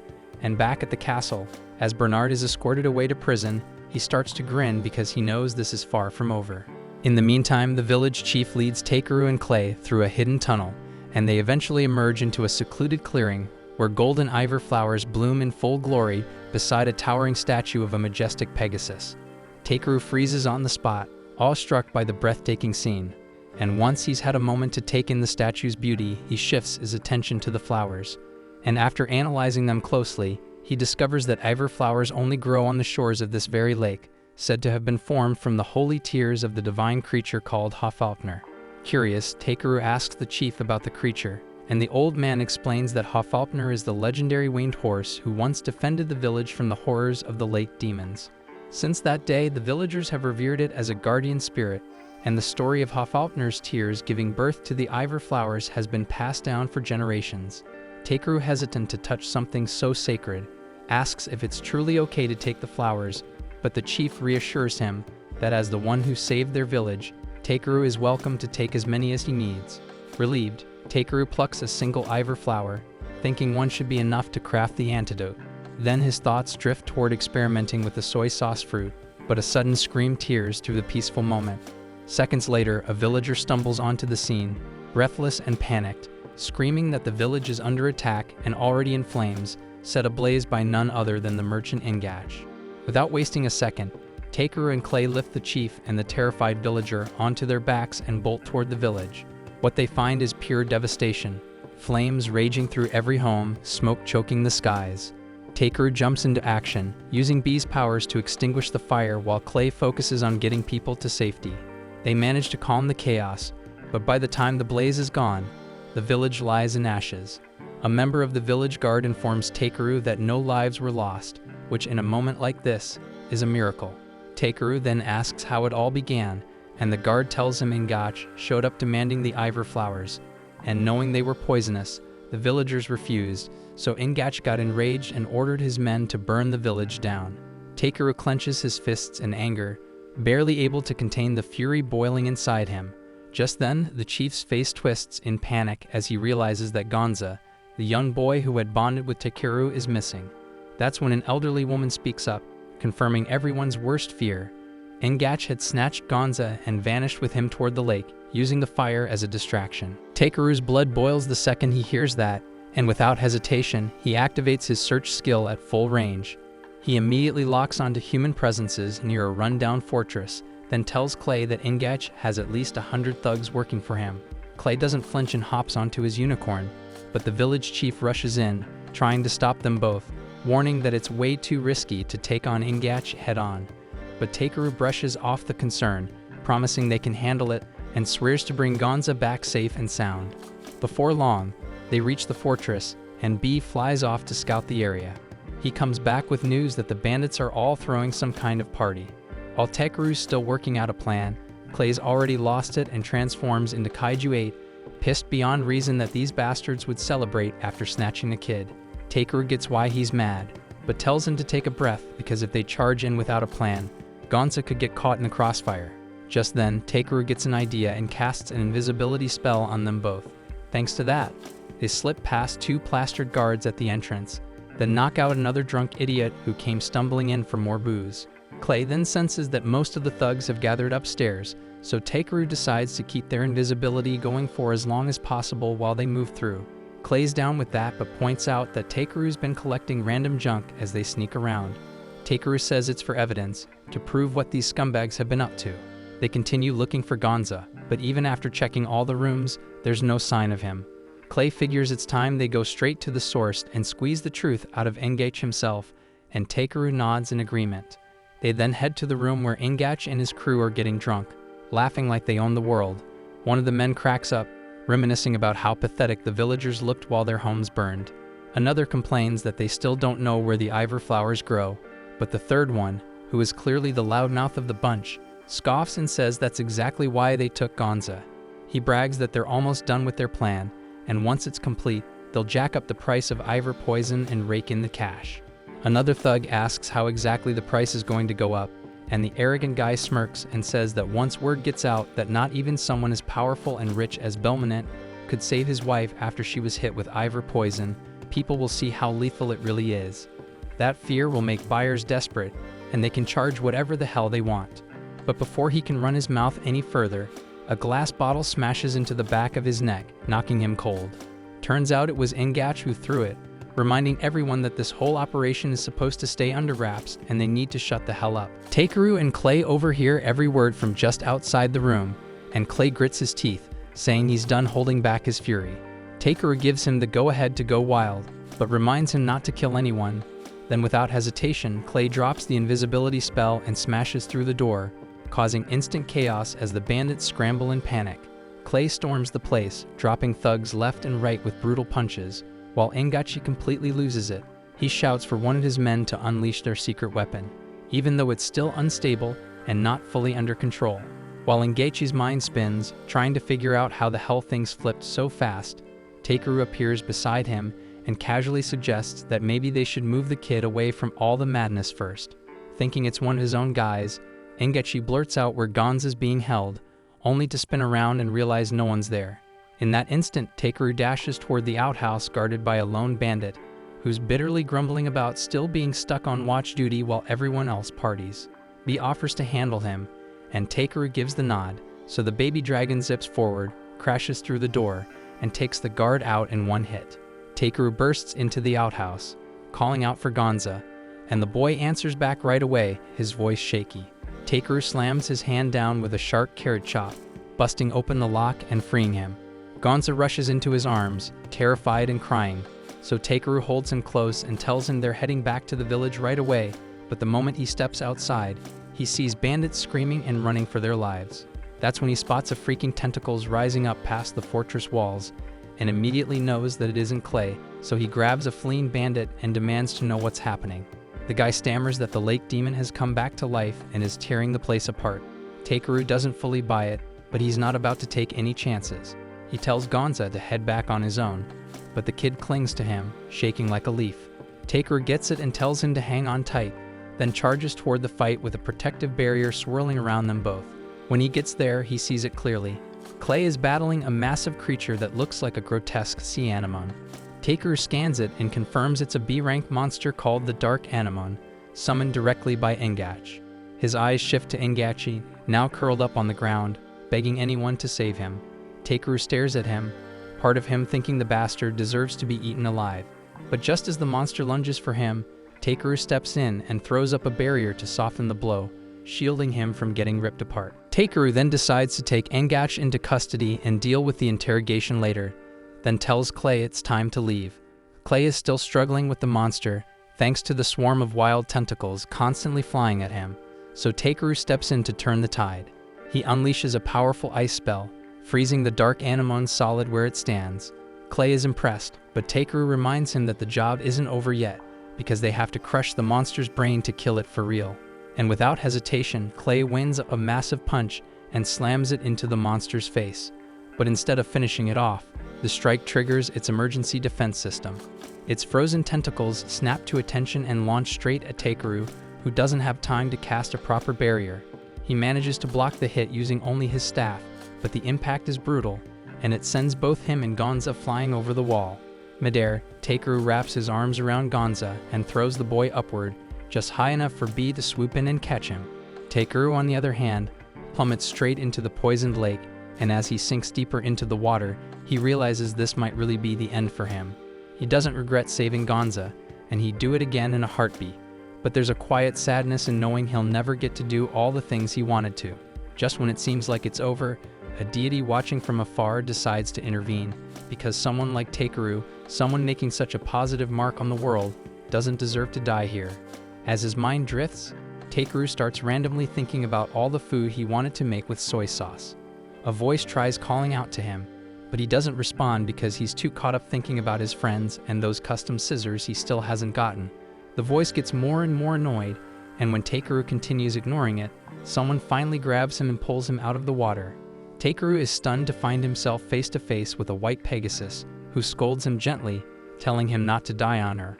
Confused but grateful, Takeru introduces himself, and the Pegasus tells him her name is Hofalpner. The name rings a bell, but Takeru can't place where he heard it before. He casually asks if this is her home and even apologizes for crashing into it. Hofalpner tells him it's actually a good thing he fell in, because ever since he hit the water, the lake's poison has started purifying. The nearby plants come back to life, and Takeru can hardly believe what he's seeing, but Hofalpner tells him it's all thanks to him. She explains that a long time ago, the lake's magical energy became stagnant, which weakened her severely, and with her final ounce of strength, she created the Ivor flowers to cleanse the lake, and doing so turned her body to a statue. The Ivor flowers then continued to purify the lake long after Hofalpner turned to stone, but it all changed when Engach deliberately poisoned the waters. That is, until Takeru fell in and unknowingly absorbed the poison, freeing Hofalpner from her petrified state. With grace, Hofalpner flies Takeru back to his friends, and he tells them the truth, that a divine Pegasus saved his life, but to his surprise, no one else can see or hear her. Hofalpner gently thanks him for what he's done, then vanishes without a trace. After that, Takeru and the others return to the village, where Gonza is finally reunited with his people. Later, Takeru draws a magic circle using enchanted stones and asks Clay to step inside it with him. Clay's a bit suspicious, but decides to trust him. Takeru activates the circle, and they instantly teleport to Belmonet's mansion. Once there, Takeru wastes no time brewing an antidote for the Ivor poisoning, and the moment Muleteria takes a single sip, the cure takes effect, freeing her from the poison's grip. Overwhelmed, everyone around them bursts into tears of joy, but Takeru's job isn't finished just yet. He heads back to the village, which is now slowly being rebuilt from scratch. Takeru informs the chief that Engage has been handed over to the local lord, along with a mountain of solid evidence, so there's no chance he's walking free again. The chief tears up, touched beyond words, and asks Takeru how they could possibly repay him. Takeru grins as he's got something in mind, and he pulls out a hot steamed potato, slathers it in butter and soy sauce, and tells the chief to give it a try. The moment he takes a bite, his eyes light up because it's ridiculously good. And that's when Takeru makes his pitch. He wants to buy all of their soy sauce fruit, and with the money, they can expand the crop fields. The chief agrees but points out that there's no way Takeru can use that much fruit. But Takeru tells him not to worry because he plans to turn soy sauce into the next big thing in the cities, and soon it'll be the pride of their village. After treating everyone to more soy butter potatoes, Takeru hits the road. He catches up with Clay, and as they're chatting about how everything turned out, Hoffaulkner suddenly drops out of the sky in front of them. Takeru's stunned to see her again, but what really knocks him speechless is when she transforms into a beautiful girl and announces that she's officially joining his party. Takeru and Clay are both floored, and Clay can't help but ask why a divine being would want to tag along with a reckless human. Hoffaulkner answers that she's been stuck in one place for far too long, and now she wants to see the world. She thinks tagging along with Takeru will be fun, and in return, she'll even let him ride her, but only when she's in horse form. And while Hoffaulkner seems thrilled to start this new adventure, Takeru has a sinking feeling that things are only going to get a whole lot more chaotic. A couple of days later, Takeru stops by Grusus's forge to ask if he can make him another set of harvesting scissors. The blacksmith lights up with pride, telling him that his latest sword actually won a competition, all thanks to the high-quality Ildrite Takeru had delivered. And with that same enthusiasm, he says he's more than ready to craft the finest pair of gathering scissors he's ever made. Once their conversation wraps up, Takeru steps outside and spots Hoffaulkner waiting for him. He's happy to see her, glad to have someone around on his travels, but before he can say anything, she casually asks if he wants her to whip Grusus a little to speed things up. Takeru turns her down, saying he's perfectly fine with the pace Grusus works at. Dropping the idea, she instead asks for something to eat. Just then B steps up, also eyeing the food, and immediately starts bickering with Hoffaulkner. Right in the middle of their argument, Grit calls out to Takeru from behind because he wants to talk. He invites Takeru over to the guild and explains that the annual gathering competition for adventurers is about to begin. Ariana encourages Takeru to enter, but he turns them down, saying he's just a casual gatherer. Grit, however, reveals that Belmonet personally requested his participation since he's the one sponsoring the entire event. And not wanting to turn down a friend's request, Takeru reluctantly agrees. A few days later, in front of the Adventurers Guild, the Guildmaster announces that Belmonet is sponsoring this event as a gift for his wife's recovery. He then informs the contestants that their objective is to collect 7 different colored wools from rainbow sheep, something that catches Takeru completely off guard. Despite being a gatherer, he's never heard of this material before. The Guildmaster explains it's quite rare, and they may need to do some research to track it down. He also makes it clear that asking for help from others is against the rules and would defeat the purpose of the competition. As the rules are laid out, Hoffaulkner quickly realizes that she's not allowed to assist Takeru during the event. The Guildmaster confirms that any help from party members is strictly forbidden, and after making sure everyone's clear on the guidelines, he wraps up the announcement. Clay turns to Takeru and tells him he's on his own, which shocks B. Thankfully, Takeru is confident he can get by with his magic.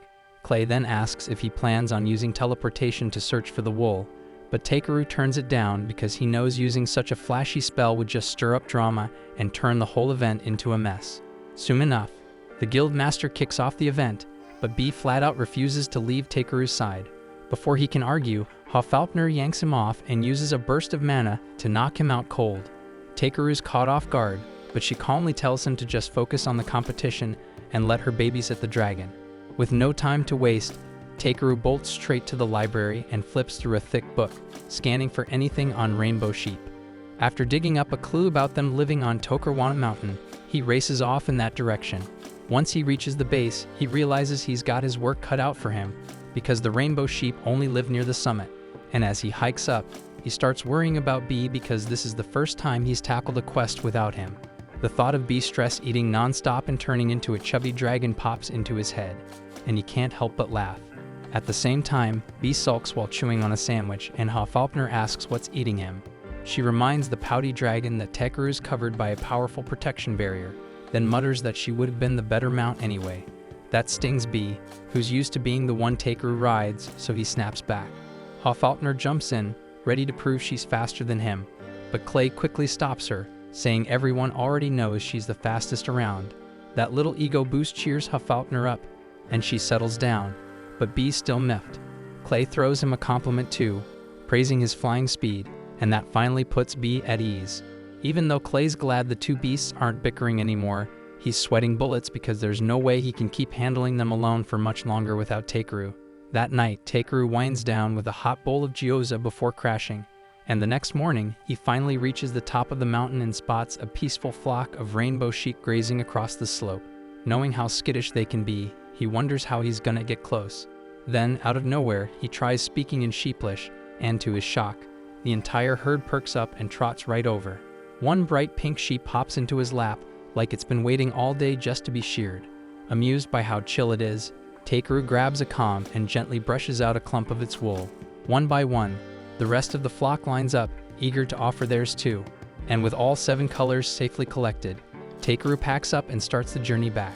Along the way, Tekeru spots a majestic dragon soaring calmly around the mountaintop, and he quietly wonders if Bee might grow up to look just like that someday. After a while, Tekeru finally makes it back home, and the moment he steps inside, Bee launches at him like a missile, hugging him tight and bawling like Tekeru had just returned from a battlefield. Not long after, the guild master steps up and announces Tekeru as the winner of the event, officially promoting him to FB rank. Tekeru scratches his head, unsure what that rank even means, so the guild master breaks it down. He now qualifies for both adventuring and gathering quests from F all the way up to B rank. Though Tekeru starts to lean towards sticking with gathering, the guild master warns him to be careful with the quality of his work. If he keeps giving people premium materials for cheap, the entire market could take a nosedive. The warning shakes Tekeru a little, but the guild master softens his tone. He says it's not about holding him back, it's about making sure he gets the rewards he deserves. Everyone at the guild is rooting for him, and they don't want to see him get ripped off just because he's too generous for his own good. Hearing that, Tekeru starts wondering if maybe it's time to shoulder more responsibility and help the guild out where he can. Watching him hesitate, Clay tells him to stop overthinking and just accept the rank already, and Hofalpner agrees, saying he's more than earned this. With both of them backing him up, Tekeru finally takes the FB rank ring. As he slips it on, the guild master smiles and says he's counting on Tekeru to be one of the guild's pillars going forward. Suddenly, Ariana bursts into the room, reporting that a forest worm has shown up near the main road. Now officially an adventurer, Tekeru heads out with Clay to deal with it. Once they reach the scene, they wait for the monster to appear, and not long after, the worm rears its massive body out of the ground, towering, armored, and freakishly huge. As they brace for a fight, a voice calls out from atop the beast, and it's someone familiar. It's Brolite, riding the giant worm like it's her personal ride. She happily greets Tekeru and Clay, while Bee runs up to her in excitement. After giving Bee a cheerful hello, she hops off the worm to approach Tekeru. But before she gets too close, he instantly blasts her with a clean spell to wipe off whatever stench she brought along. Confused, he asks why she's rolling in with such a massive worm, and she casually explains that she brought it all the way from her homeland as a gift for him to ride. Seeing how filthy the massive worm is, Tekeru casts a cleaning spell on it, but the second the grime vanishes, the beast freaks out and burrows straight back underground. Tekeru sighs and tells Brolite that a monster that size probably isn't the best choice for a mount. She tilts her head and wonders if she should just get him a horse instead, but Hofalpner steps in and says there's no need because he already has her, so Tekeru decides to take Brolite back to the city to talk things through properly. Once they're back in town, Tekeru treats her to a huge meal and fills her in on everything that's happened since he and Clay officially teamed up. As the night goes on, he explains what went down in the village, how he met Hofalpner, and the whole story behind their journey. Hearing it all, Brolite suddenly asks if she can join his party. Tekeru agrees, so Brolite stands tall and flashes her ring with pride, showing off the results of her hard work. Clay's jaw drops when he sees it's an A-rank adventurer ring, and she grins and says she earned it through pure effort. Clay gets fired up, already itching for a sparring match, while Hoffaulpner calmly notes that Brolight must have a pure soul, because just being near her makes her spirit feel at ease. When Hoffaulpner suddenly calls her by her secret identity, Brolight quickly shushes her, and Hoffaulpner promises to keep it quiet. Then Takeru asks why she came looking for him in the first place, so Brolight reveals that her sister, Ludicara, has run away from their homeland. She explains that Ludicara was their village's priestess, and because of her sacred role, tradition demanded she marry an elf to give the village strong children. But Ludicara didn't want to tie herself to some random smelly guy, so she ran off. She did say, however, that she'd accept the marriage if someone gave her a beautiful white horse as a gift. But sadly, by the time Brolight finally found one, Ludicara had already disappeared and never came back. The story makes Takeru a bit uncomfortable, but Brolight says with full confidence that he's the perfect person to track her down. She believes his magic makes it a simple task, but Takeru reminds her that if she brings Ludicara back, she'll just end up being forced into a marriage she doesn't want. Brolight assures him that's not her goal at all.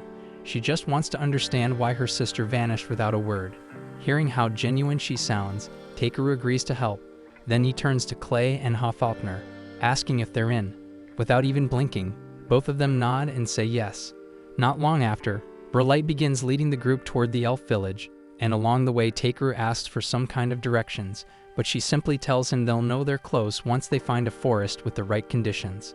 Takeru finds it hard to believe she can just use any forest as a way home, but Brolight explains that with elven magic, she can manipulate space and create a gateway to her homeland through certain points in the world, and Takeru thinks it sounds oddly similar to his own teleportation spell. That's when Hoffaulpner offers to get them there in record time, so she shifts into her horse form, and the moment she does, Brolight is instantly smitten. They all hop on and enjoy a smooth ride straight into the heart of the forest. Once they arrive, Brolight casts a summon spell, creating a swirling portal that takes the shape of a small vortex. She tells everyone to place their hands on it and close their eyes, then steps through it herself without hesitation. After she disappears, Clay and Bee calmly approach the portal and step through, but Takeru freezes up, suddenly hesitant. As he stands there, Hoffaulpner turns to him and says softly that he should keep a close eye on Brolight because despite her cheerful attitude, she's hiding some deep wounds of her own. With that, Hoffaulpner touches the portal and vanishes, leaving Takeru standing alone. After a moment, he finally musters the nerve to press his hand against the vortex, and it pulls him through a spatial tunnel that drops him into a breathtakingly vast elven land. Takeru takes a second to admire the stunning scenery, but his peaceful moment is cut short when the others immediately yell at him for being so late. He looks at them, confused because they all look like they've already been through a rough time. But before he can ask, a volley of arrows comes flying straight at them. Takeru raises a shield spell just in time to deflect the shots, and Brolight quickly tells him not to retaliate because those arrows came from her own people. Moments later, a group of angry elven villagers marches toward them, clearly upset to see Brolight back in their territory. Far beneath the surface, in a dim and echoing cavern, a small squad of elven scouts stumbles upon an ancient stone monument. One of them steps forward and reads the worn inscription aloud, a cryptic prophecy carved deep into the stone, warning that when the noble bloodline of the elves begins to decay, a foreigner will emerge and breathe new life into their fading lands. At the same time, Brolight is locked in a tense standoff with the elven commander, begging him to let Takeru's team join the search for her missing sister. But instead of listening, he snaps, shoving sacred tradition in her face and accusing her of dragging filthy outsiders into their pure, untainted homeland. The insult sends Hoffaulpner into a rage, so she storms forward, revealing her true identity as a divine beast, and unleashes her fury for the insult to her pride. As storm clouds gather above, she shifts into her celestial horse form and unleashes a surge of lightning on the elves. The blast does nothing but fry their hair into wild new styles, but the message lands, and the elves get horrified and immediately apologize for offending a deity. But despite her anger, Hoffaulpner's divine power is so overwhelming in this form that the elves can't even hear her voice. The elves, still trembling, ask why such a being would come to their forest. But before Hoffaulpner can try again, Takeru steps forward to speak on her behalf. But the elves remain wary, clearly still suspicious of humans. To ease the tension, Takeru flashes his adventurer's ring and vouches for Brolight as one of his trusted party members, and the gesture works. After a tense pause, the elves nod and finally agree to escort them to their hidden village. As the group follows the elves through the thick woods, Hoffaulkner suddenly picks up a strange, foul presence nearby. Not long after, they arrive at a vast lake with an enormous tree rising up from its center. The sight leaves everyone speechless. Before they can go any further, Ludicura instructs them to purify themselves before stepping into the sacred tree. But Takeru and Clay quickly realize something's wrong. The air is thick with toxic mana. Everyone starts to feel sick, so Takeru steps up and casts a full-powered clean spell. The entire area clears out instantly, purging the corrupted mana in a flash. Even Takeru looks stunned by how well it worked, and the elves are left baffled. With the air purified, Brolight begins leading the group up into the great tree. She explains that it's known as Gaon, the heart of their homeland. Only high elves are permitted to guide others up its sacred path, which leaves the group confused until Brolight quietly admits she's a high elf herself. The reveal catches Takeru off guard, so she confesses she kept it hidden because high elves are forbidden from leaving their land, and stepping outside was a betrayal of everything she was born into. Clay points out that high elves are expected to uphold the purity of their ancient bloodline. That makes Takeru wonder if Brolight's decision to leave ever led to any of her relatives getting hurt, but she quickly denies it. Since no one was harmed, he figures it's not that big of a deal. He reminds her that she left for someone she cares about and tells her it's okay if she broke a few rules along the way. Hearing that, Brolight thinks back to her family and starts to believe he might be right.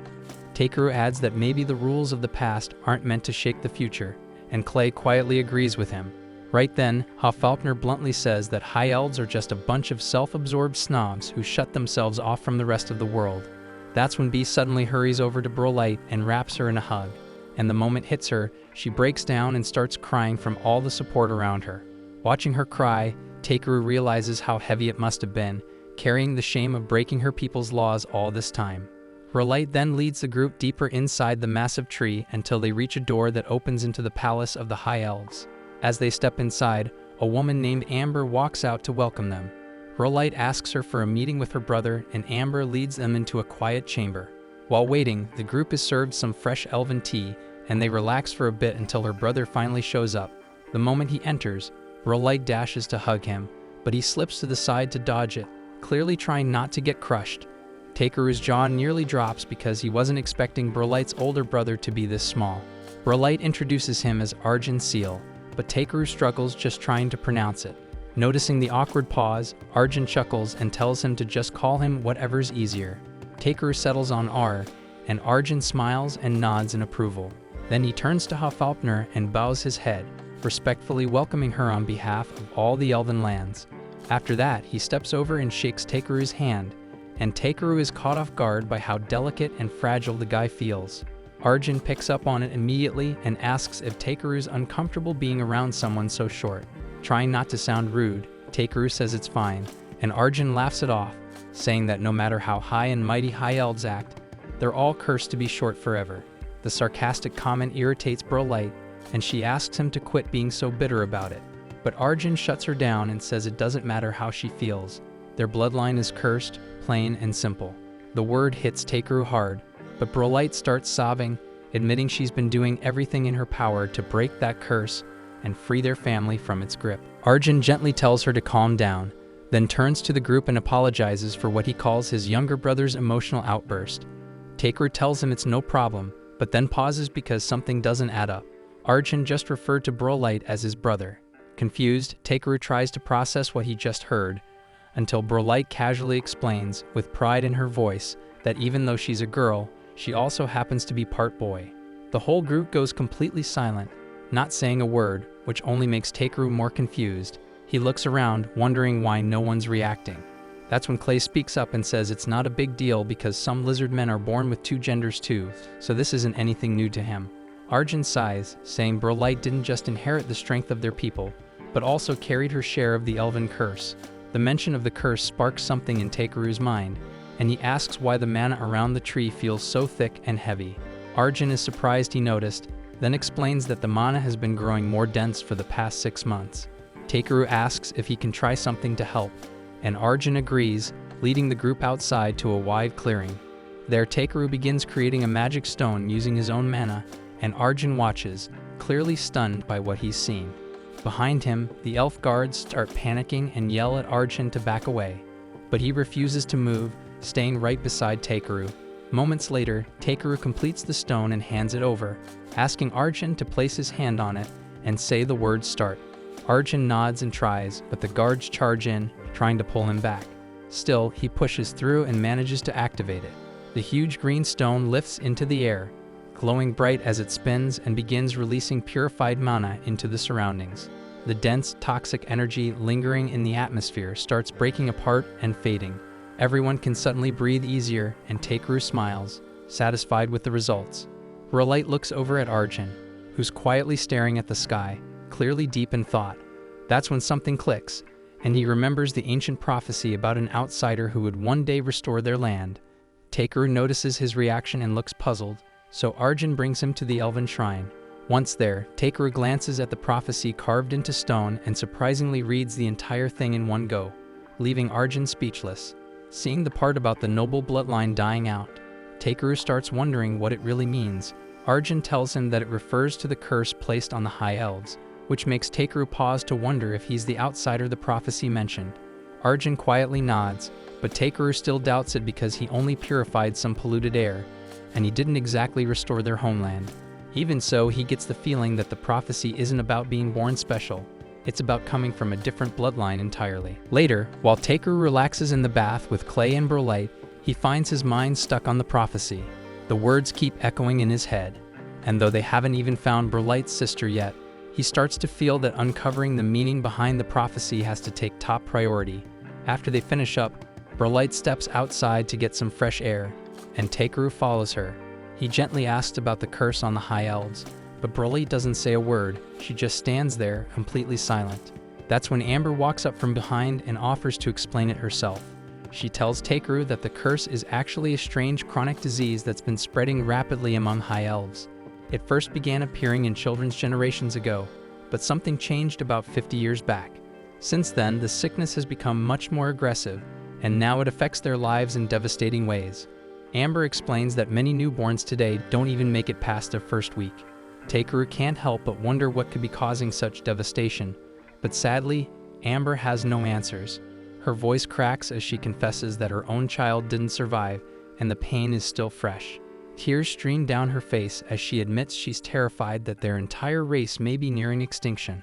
As Brolite gently pulls Amber in and holds her, Takeru stands quietly, lost in thought, determined to figure out what's really going on. Not long after, Takeru heads to meet the Elven Queen Nalcheria, and the moment she lays eyes on him, she stops and stares. Something about the color of his aura leaves her stunned. Takeru is confused and asks what she's seeing, but Nalcheria keeps analyzing the unusual glow of his mana. Then she spots B sitting on his shoulder, and it finally clicks that this boy isn't just strong, he's someone handpicked by a dragon of the old world. B proudly hops forward, thrilled to finally be acknowledged, and happily introduces himself to the queen. Nalcheria smiles and thanks Takeru for cleansing the poisoned mana that's been suffocating their homeland. Takeru nods and asks if an earthquake might have struck the region a few months ago, one strong enough to shift the mana. The queen nods, clearly surprised he managed to figure it out. She confirms that an earthquake did occur, and as she speaks, Takeru begins to piece things together, suspecting that this mana surge might have been triggered by the rise of some powerful creature. That's when Arjun steps in and asks what their next move should be. The queen responds by requesting Takeru's help with an important matter, and he agrees without hesitation, but tells her he has one more favor to ask first. The following morning, Takeru gathers the whole group for a private meeting. He then pulls out a magical device that activates a soundproof barrier, making sure that whatever they say stays locked inside. Once the barrier is up, Takeru announces that he's finally uncovered the source behind the so-called Elven curse. He reveals that Amber, Nalcheria, and Arjun are all suffering from inherited genetic conditions. The news stuns everyone, and Takeru turns to Brolite, asking who Amber's husband is. When Brolite reveals that Amber is married to her own twin brother, Takeru immediately puts the pieces together. He explains that the elves aren't actually cursed, and it's inbreeding that's causing these genetic disorders. Because the High Elves have always obsessed over preserving the purity of their bloodline, they ended up marrying close relatives, leading to this mess. As the realization sinks in, Takeru starts rethinking the prophecy. He suspects it wasn't actually about him being the chosen outsider to revive the elves. Instead, he believes the real meaning is that the Elds can heal their bloodline simply by marrying outside their own kind and introducing new, healthy genes. When he suggests they start forming marriages with outsiders from other lands, Brolight is stunned by how simple the answer really is. Realizing her people actually have a future now, she breaks down, overwhelmed with relief and joy. But Clay raises a good point. Convincing the Elven people to abandon their age-old traditions won't be that easy. Even if the truth is clear, it's not guaranteed they'll accept it. Brolight believes her mother and Arjen will listen without hesitation, but Takeru isn't sure the rest of the Elves will be as willing to change. So in the end, he turns to Hofalpner, asking her to be the one to deliver his message along with a warning, since the Elves clearly hold her in high regard. Hofalpner raises an eyebrow, wondering why Takeru's so eager to help strangers, as if he's trying to save the entire world for no real reason. But he just shrugs and says he's no saint.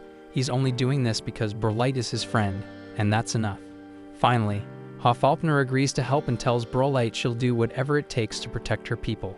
Then she looks at Takeru with a smirk and says he owes her a huge reward. He eyes her suspiciously, curious what she's about to ask for. After a pause, Hofalpner grins and says all she wants is 10 buttered potatoes, prompting everyone to burst out laughing at her dramatic demand. Hofalpner then proposes reaching out to River Arena, the guardian of the Elves, in hopes that she might offer help to their kind. And wasting no time, she transforms into her horse form and takes to the skies with Bee at her side to begin the search. As the two soar across the Elven lands, scanning for any sign of the elusive guardian, Takeru and the others stay behind, waiting patiently on foot. Eventually, Hofalpner returns with Bee in tow, and Takeru immediately asks if they uncovered anything. She gently shakes her head, explaining that she couldn't sense even the faintest trace of Arena's presence, which makes Brolight start to wonder if the Guardian is intentionally hiding herself from the Elves. Clay figures she might be lying low because of the heavy mana filling the air, and Takeru decides it's time to dig up some leads. He asks Brolight if there's an adventure guild nearby, and she mentions that the Elves run one called the Deimos Guild. The name catches Clay off guard, which makes Takeru curious if they're well known. Clay confirms it, explaining that Deimos isn't just respected, it's the top guild across the entire continent. That convinces Takeru to check it out in hopes of gathering intel. Soon enough, the group arrives at the Deimos Guild's headquarters. There, Clay shares that they hold the world's highest average adventurer rank. However, the guild stays isolated from the outside world, earning them the nickname Phantom. That bit catches Takeru's attention, making him wonder if they're hoarding info about newly discovered rare materials, things only someone like him could track down. They step inside together, where they're greeted by the guild's stunning master Sara. As she strolls over, Sara throws compliments at both Takeru and Clay, clearly impressed by their reputation. Then she turns to Brolight and starts shamelessly flirting with her, catching the elf completely off guard and sending her into an embarrassed panic. While Sara racks up what could definitely count as a few harassment complaints, Takeru quietly sneaks away to chat with Clay. Clay tells him that despite the strange events unfolding around the Elven lands, the Deimos Guild's request board is still full of basic gathering jobs. Takeru spots one that stands out, a listing for something called cat ear fungus. Sara explains that it's a rare delicacy that tastes amazing when eaten raw and usually grows in a spot known as Kyoto Hollow. But recently, the hollow's been affected by a surge of dense mana, and the guilds had trouble collecting more. Clay questions if it's worth checking out, and Brolight offers to guide them there since she knows the area well. Takeru agrees, setting their departure for the following morning. Later that night before they head out, Takeru quietly packs up a set of odd potions into a glass vial. He explains that since the situation inside the hollow could turn unpredictable, the potions will act as an extra layer of protection just in case. The following morning, Sara asks Takeru to bring back as much of the cat ear fungus as he can since their guild is buried in requests, and Takeru calmly promises he'll handle it. Still, Sara seems uneasy about sending them out without a fast way to travel, especially with Kyoto Hollow being days away, but Takeru reassures her that they'll manage just fine, and that unexpected confidence catches her off guard. Afterward, the crew sets off riding on Hofalpner's back, and as they soar high across the sky, Brolight mentions that Kyoto Hollow is located close to a large lake, so Hofalpner stays alert, scanning the landscape. After a while, they finally spot the lake, and Hofalpner warns them that the mana in the air is starting to thicken. Takeru raises a brow, surprised the atmosphere is already this heavy and they haven't even stepped inside the hollow yet. Wanting to stay ahead of it, He pulls out his potions and hands them to Clay and Brolight, just about to explain, when Hoffaultner suddenly points to a distant spot and asks if that's the entrance. Brolight checks and confirms it, but as they get closer, something feels off. Once they touch down, the group is met with a disturbing sight, several high-tier monsters lying dead right at the cave's entrance. Alarmed, Brolight bolts inside to investigate. Hoffaultner immediately warns Takeru to stay sharp, but before he can react, Brolight gasps mid-run and collapses. Clay rushes after her, only to drop seconds later, choking just like she did. That's when Takeru realizes the mana in the area is laced with poison. He raises his staff and fires off a cleansing spell over the entire area. And as the wave of magic spreads, it clears out the tainted mana and even disintegrates the dead monsters nearby. The air finally clears and Brolight and Clay slowly come to. But Hoffaultner quickly warns that the mana will thicken again soon.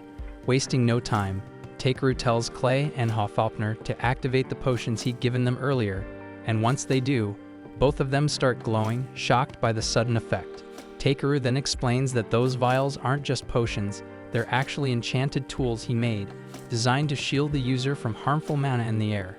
That's when Clay spots something else, dark mana oozing out of the cave in thick waves. Takeru thinks his own mana resistance can handle it, but he starts getting concerned that even Hoffaultner and B might not hold up in the deeper levels. To be safe, he offers to craft a special potion just for Hoffaultner, but before he can even start, she transforms right on the spot, shrinking down into a tiny fairy version of herself and casually landing on Clay's shoulder, saying she'll just piggyback on the tool's protection instead. After that, the group steps into the cave, and Brolight quickly warns everyone to stay close if they don't want to get separated. As they move deeper inside, she starts to notice something's off. The layout doesn't feel like how she remembered it. A little further in, they come across a bizarre-looking creature that seems completely unfazed by the poisonous atmosphere.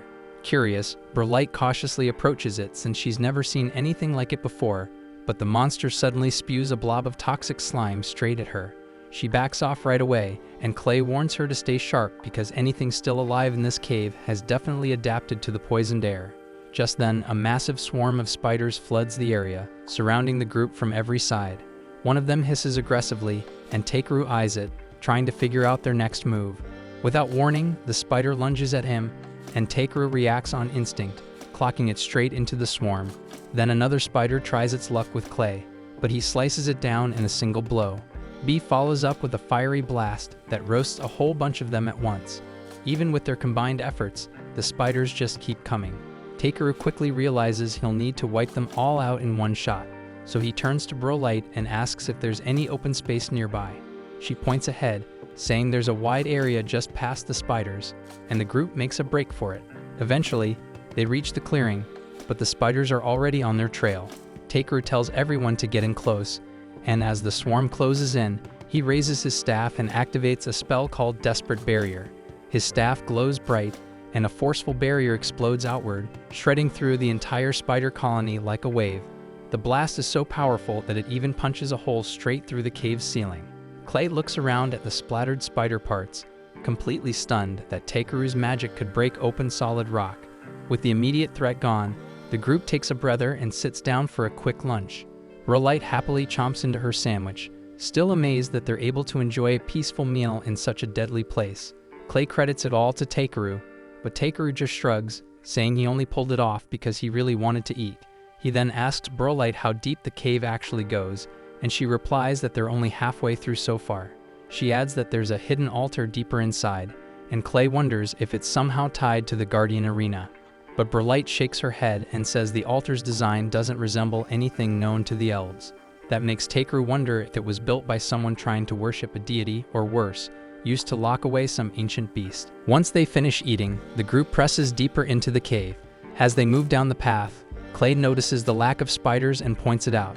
Takeru also finds it strange that there aren't any signs of other creatures either, so Clay admits the silence is unsettling and warns everyone to stay sharp. Then before long, they reach a spacious chamber, and Brolight confirms that this is where the altar lies. Inside the room, they're all surprised to spot massive cat ear fungus sprouting up across the space. Takeru lights up, already thinking about how good those mushrooms would taste in a meal, but as he scans the area, his eyes land on a cracked section of wall. He immediately recalls the tremors from when he awakened that ancient dragon and starts to wonder if the shockwaves from that earthquake have stretched all the way here and damaged the cave system beneath the Elven lands. Suddenly, an intense pressure fills the room. Hofalpner tenses and warns them that a dense cluster of magic is heading toward them fast. Takeru feels the surge in mana, but nothing visible has appeared yet, which makes him uneasy. Clay reminds everyone to stay alert, and Hofalpner announces that the creature is almost on top of them. Right then, a droplet of slime hits Brawlight's shoulder. Everyone looks up, and sure enough, a hulking slug is latched onto the ceiling, watching them. Now that it's been spotted, the creature drops down, ready to fight. Brawlight quickly asks Takeru if he can identify it, so Takeru uses his appraisal skill, scanning the beast. The results come in, and this is a Kyoto Dark Slug, an S-rank monster native to the hollow, shaped and strengthened by the cave's toxic surroundings. The info stuns him, and Clay's eyes go wide. He says those things are legendary for leveling entire kingdoms. Brawlight immediately suggests they retreat, but Takeru refuses. She warns him again that this monster can melt whole nations into sludge, but Takeru says they're not powerless. He explains that the slug's natural weakness is fire, which just so happens to be B's specialty. Takeru looks to Clay, who nods and begins shifting into his dragon form. As the transformation completes, he apologizes to Brawlight for keeping it a secret. Now standing beside a massive black dragon, a smaller purple one, and the tiny Hofalpner fluttering excitedly around them, Takeru feels fully fired up, thinking there's no way they're losing to some oversized stinky slug. With their spirits lifted, Brawlight finally agrees to fight by their side. As the giant slug slithers closer, Takeru casts a 3-layer defensive shield across the group. He boosts Brawlight with a durability buff and gives B a speed enhancement. And with everything in place, Takeru raises his staff and yells for everyone to go wild. B dives in first, launching a blazing fireball that singes the slug right away. The creature lets out a furious screech and whips its slimy tentacles toward him, trying to snatch him out of the air. While B dodges and keeps it busy, Clay sees a shot and charges forward, thinking it's wide open. But just as he moves in, more tentacles lash out to grab him. Clay glares at the slimy limbs and powers through them, tearing free with raw force alone. He glares at the monster and snarls that it won't be the one to end his life. Drawing his spear, Clay barrels straight into battle. The slug throws more appendages in his path, but Clay slices right through them with ease. For a moment, it looks like he's breaking through, until the creature's severed limbs begin growing back, and Clay's eyes widen in shock. Just then, the slug shoots down B with a precise strike, knocking him out of the sky. Brawlight realizes with horror that their attacks aren't doing any real damage. Takeru wonders aloud how the creature is able to track them so accurately without any visible eyes. That's when it clicks that it's sensing them through its antenna, so he shouts to Brawlight to go for the antenna. She rushes forward to follow through, but the slug lashes out to stop her. Takeru reacts instantly, casting a burning spell that sears the tentacles before they can grab her. Then with the path cleared, Brawlight leaps in close and hacks off the antenna with her daggers. The slug recoils, suddenly disoriented without its sense of direction, so Hofalpner tells them now's their chance and urges everyone to finish it. B lets loose with another huge burst of flames, and Brawlight starts to celebrate, but Clay stops her. He points out that the flames didn't even singe the monster, and somehow it's still completely fine. Then the slug explodes with rage, launching even more tentacles at them. Takeru, watching the flames fizzle out, realizes the creature's slimy skin is protecting it. And to break through, he decides to strip away its moisture, so he grabs a special container filled with premium-grade salt and shapes the grains into small salt spheres. He fires the projectiles at the slug, and right away, they start eating through its skin, melting pieces off with every hit. Sensing danger for the first time, the slug panics and tries to slither away, but Clay takes that moment to charge in and drives his spear straight through the exposed wound. This time, the hit lands deep, and the beast finally falls. With the battle over, the group begins their exit, and as they walk, they notice hundreds of slug eggs stuck along the cave's walls. Knowing how deadly the dark slugs are, Takeru tells everyone to wipe them out. Clay hesitates, asking if they even have enough time before they hatch. Takeru inspects them and finds a weakness. The embryos can't survive direct sunlight, so he wonders if ultraviolet rays would do the trick. He then warns the group to shut their eyes, then creates a giant sphere of artificial UV light. As it glows over the walls, the eggs instantly shrivel and die, eliminating the threat. Just then, a strange breeze flows out from the depths of the cave. Hafalpner alerts them that the toxic mana has vanished, and something else is calling to them now, and says it's the Spirit King. Feeling the shift in the air, Takeru quietly wonders if River Arena has finally awakened. Later on, Hafalpner guides the entire group out of the cave and shoots up toward a distant cliff. She then spots something below and dives down, landing squarely in the center of Nebra Valley. The view is absolutely stunning, and the group pauses for a moment, caught off guard by how beautiful it is. Hafalpner then mentions that River Arena isn't far from here, but just as they're about to move out, the group spots a few elves hiding behind a nearby stone wall. One of them tries to stop a woman from stepping forward, but she shoves him aside and walks straight toward Takeru's crew. As she moves closer, Burlight's eyes widen in shock as she immediately recognizes the woman as her big sister Ludicera. Clay is completely stunned that they were just trying to locate Arena, and now they've stumbled across Burlight's long-lost sister. Hafalpner quickly pieces it together too that the elves hiding here must be fugitives, laying low away from the reach of the Empire. As the sisters lock eyes, what looks like an emotional reunion turns chaotic real fast as both of them end up landing freaking punches right in each other's faces instead of kisses. Ludicera starts yelling, accusing Burlight of even thinking about crawling back to that backwards village. Burlight snaps right back, shouting at her for vanishing without even having a single damn conversation first. Ludicera throws her off and screams that she was just too overwhelmed to handle everything the right way. That hits Burlight hard, and all her rage fizzles out, replaced by concern. But Ludicera flares up even more, annoyed that her sister is showing her sympathy. Burlight fires back that it's only natural to worry about her own flesh and blood. Ludicera's heart softens at the words, but she masks it by calling Burlight a dumbass. Now pissed off again, Burlight charges in, and the two start going at it like a couple of wild mutts in a street brawl. Watching the ridiculous scene unfold, Clay glances at Takeru and asks if he's planning to step in, but Takeru just keeps quiet. Hafalpner then casually reminds him it's already midday. That's when he finally speaks up and tells Burlight to knock it off, and she perks up at the mention of food, but keeps fighting anyway. Then he mentions he's making deep-fried chicken, just for her. That gets her attention, so she instantly bails on the brawl and runs off to clean up. Ludicera, now breathing easier after the scrap, also starts to relax. Takeru approaches her and she gets up, looking surprisingly refreshed after the full-on throwdown. She glances at the team and admits she didn't expect her loudmouth sister to actually make friends with a bunch of humans. While she's talking, Takeru notices her clothes are ripped from the fight, so he quietly uses a bit of magic to mend them. Ludicera pauses, surprised by the sudden change, and asks what he just did. Takeru casually says it was just a bit of magic, but she squints at him suspiciously, because there's something strange about his aura, as it doesn't feel like a regular human's. Hafalpner agrees, pointing out that the divine blessings Takeru received have reshaped his body far beyond normal human limits. Clay nods along too, which makes Takeru feel awkward about being called out like that. Ludicera then turns to Burlight, joking that traveling with her must have been a nightmare. But even with her impulsive attitude, Takeru believes Burlight's been a huge help to the team. Ludicera doesn't seem fully convinced, still worried that Burlight's high elf status and her cursed bloodline might have caused them problems. Takeru tells her he doesn't give a damn about titles or blood, and he just sees Burlight as a friend. Surprised, Ludicera smiles at his straightforward answer. Not far away, Burlight's already getting ready for dinner, so the rest of the group joins in to help prepare the meal. At night, everyone's gathered with the elves, sharing food under the stars. Ludicera and Burlight sit side by side, eating in silence while throwing occasional side eyes at each other. Their expressions are still sore, but Takeru finds it funny watching them act all grumpy and proud. He eventually slips away from the noisy tent to find some peace and sits quietly, watching Bee drift off into sleep. A few minutes later, Ludicera walks over and apologizes for the loud party. Takeru says it doesn't bother him, so she sits down beside him to chat.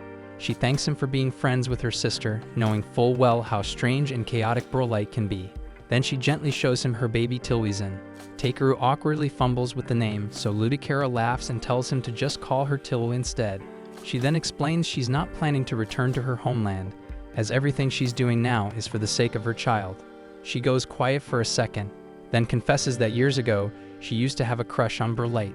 Back when she was locked away in the priestess quarters, Burlight would visit and talk with her every single day. Her stories about the outside world were the only thing Ludicera looked forward to. Over time, she completely fell for her and even dreamed about marrying her one day. But then reality hit hard, and she found out Brolight was cursed with both genders, making her wish completely impossible.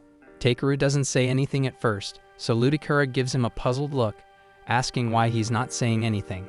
He tells her the truth that her story was just so heartbreaking, he kind of forgot how to react. Ludicura chuckles at that and thanks him for the honesty. Then, after a moment of silence, Takeru sincerely praises her for pushing through everything and building the life she has now. That simple compliment brings her to tears, because no one's ever actually said it to her before. Just then, Ludicura's husband calls out to her, and she excuses herself, walking over to stand by his side. Watching them from a distance, Takeru finds himself quietly impressed. After everything those two sisters have been through, it's amazing they're still able to smile like that. The following morning, Takeru's team makes their way deeper into the forest, continuing their search for River Arena. As they trek along, Clay wonders aloud if they made a mistake by leaving Brolight behind.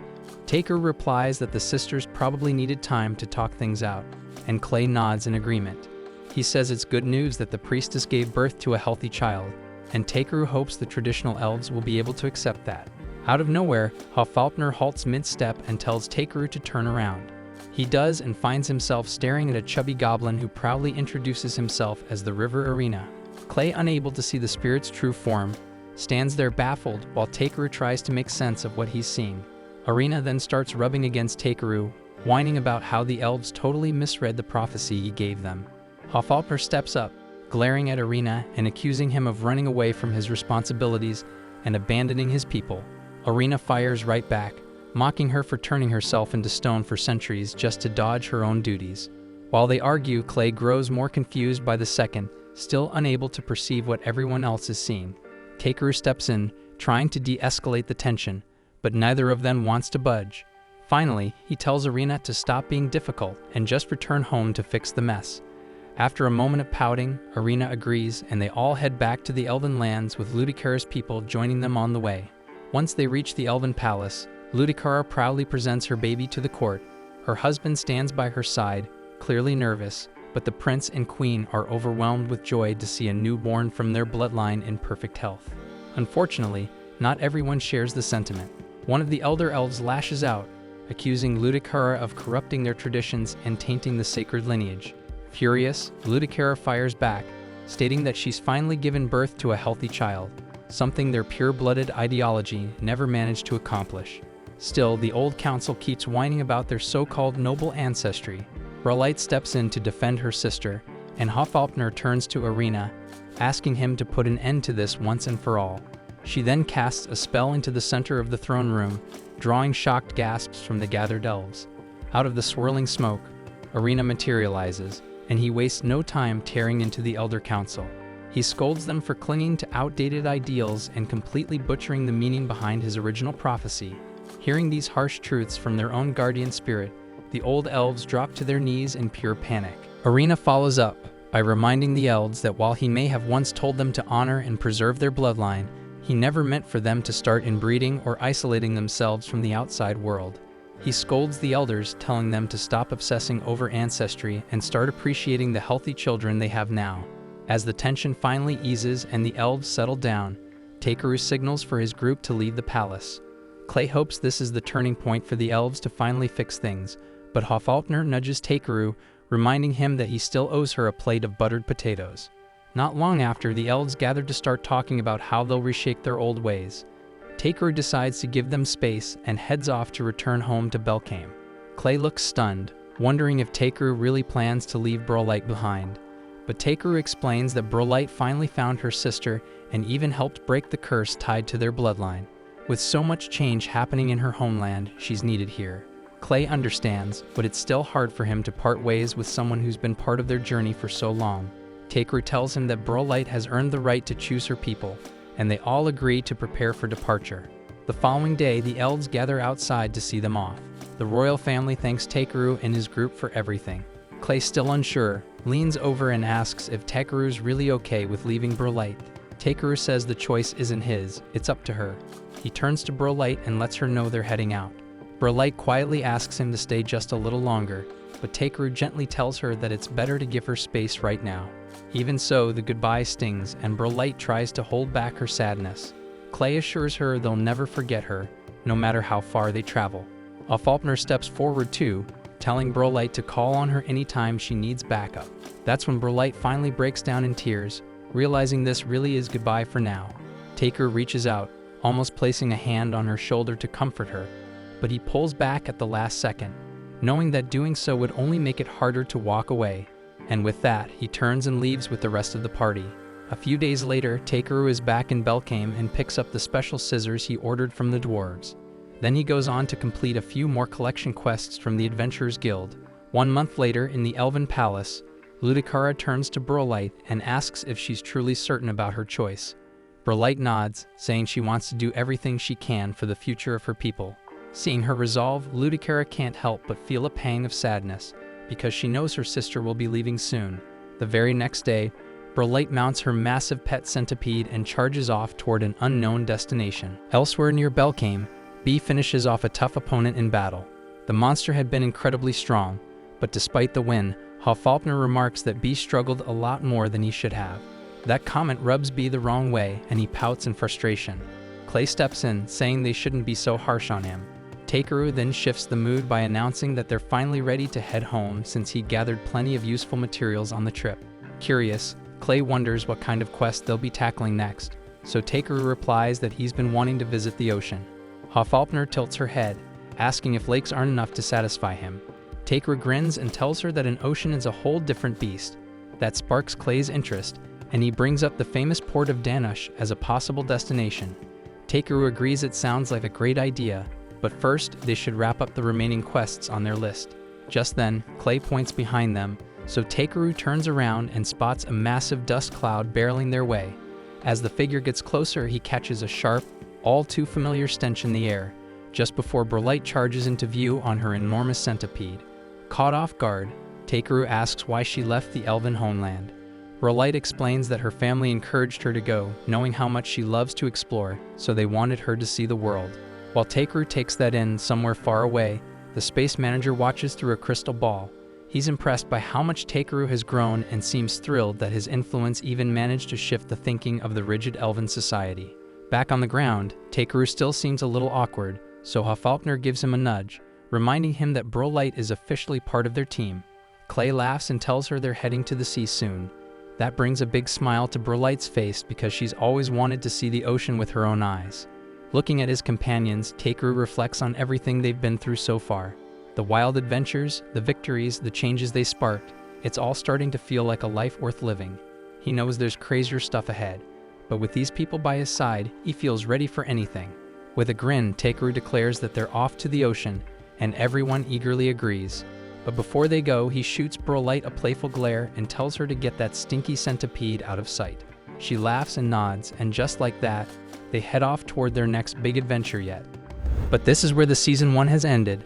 Thanks for watching, and I'll see you soon in the next anime. And remember to like and subscribe to the channel to make me continue.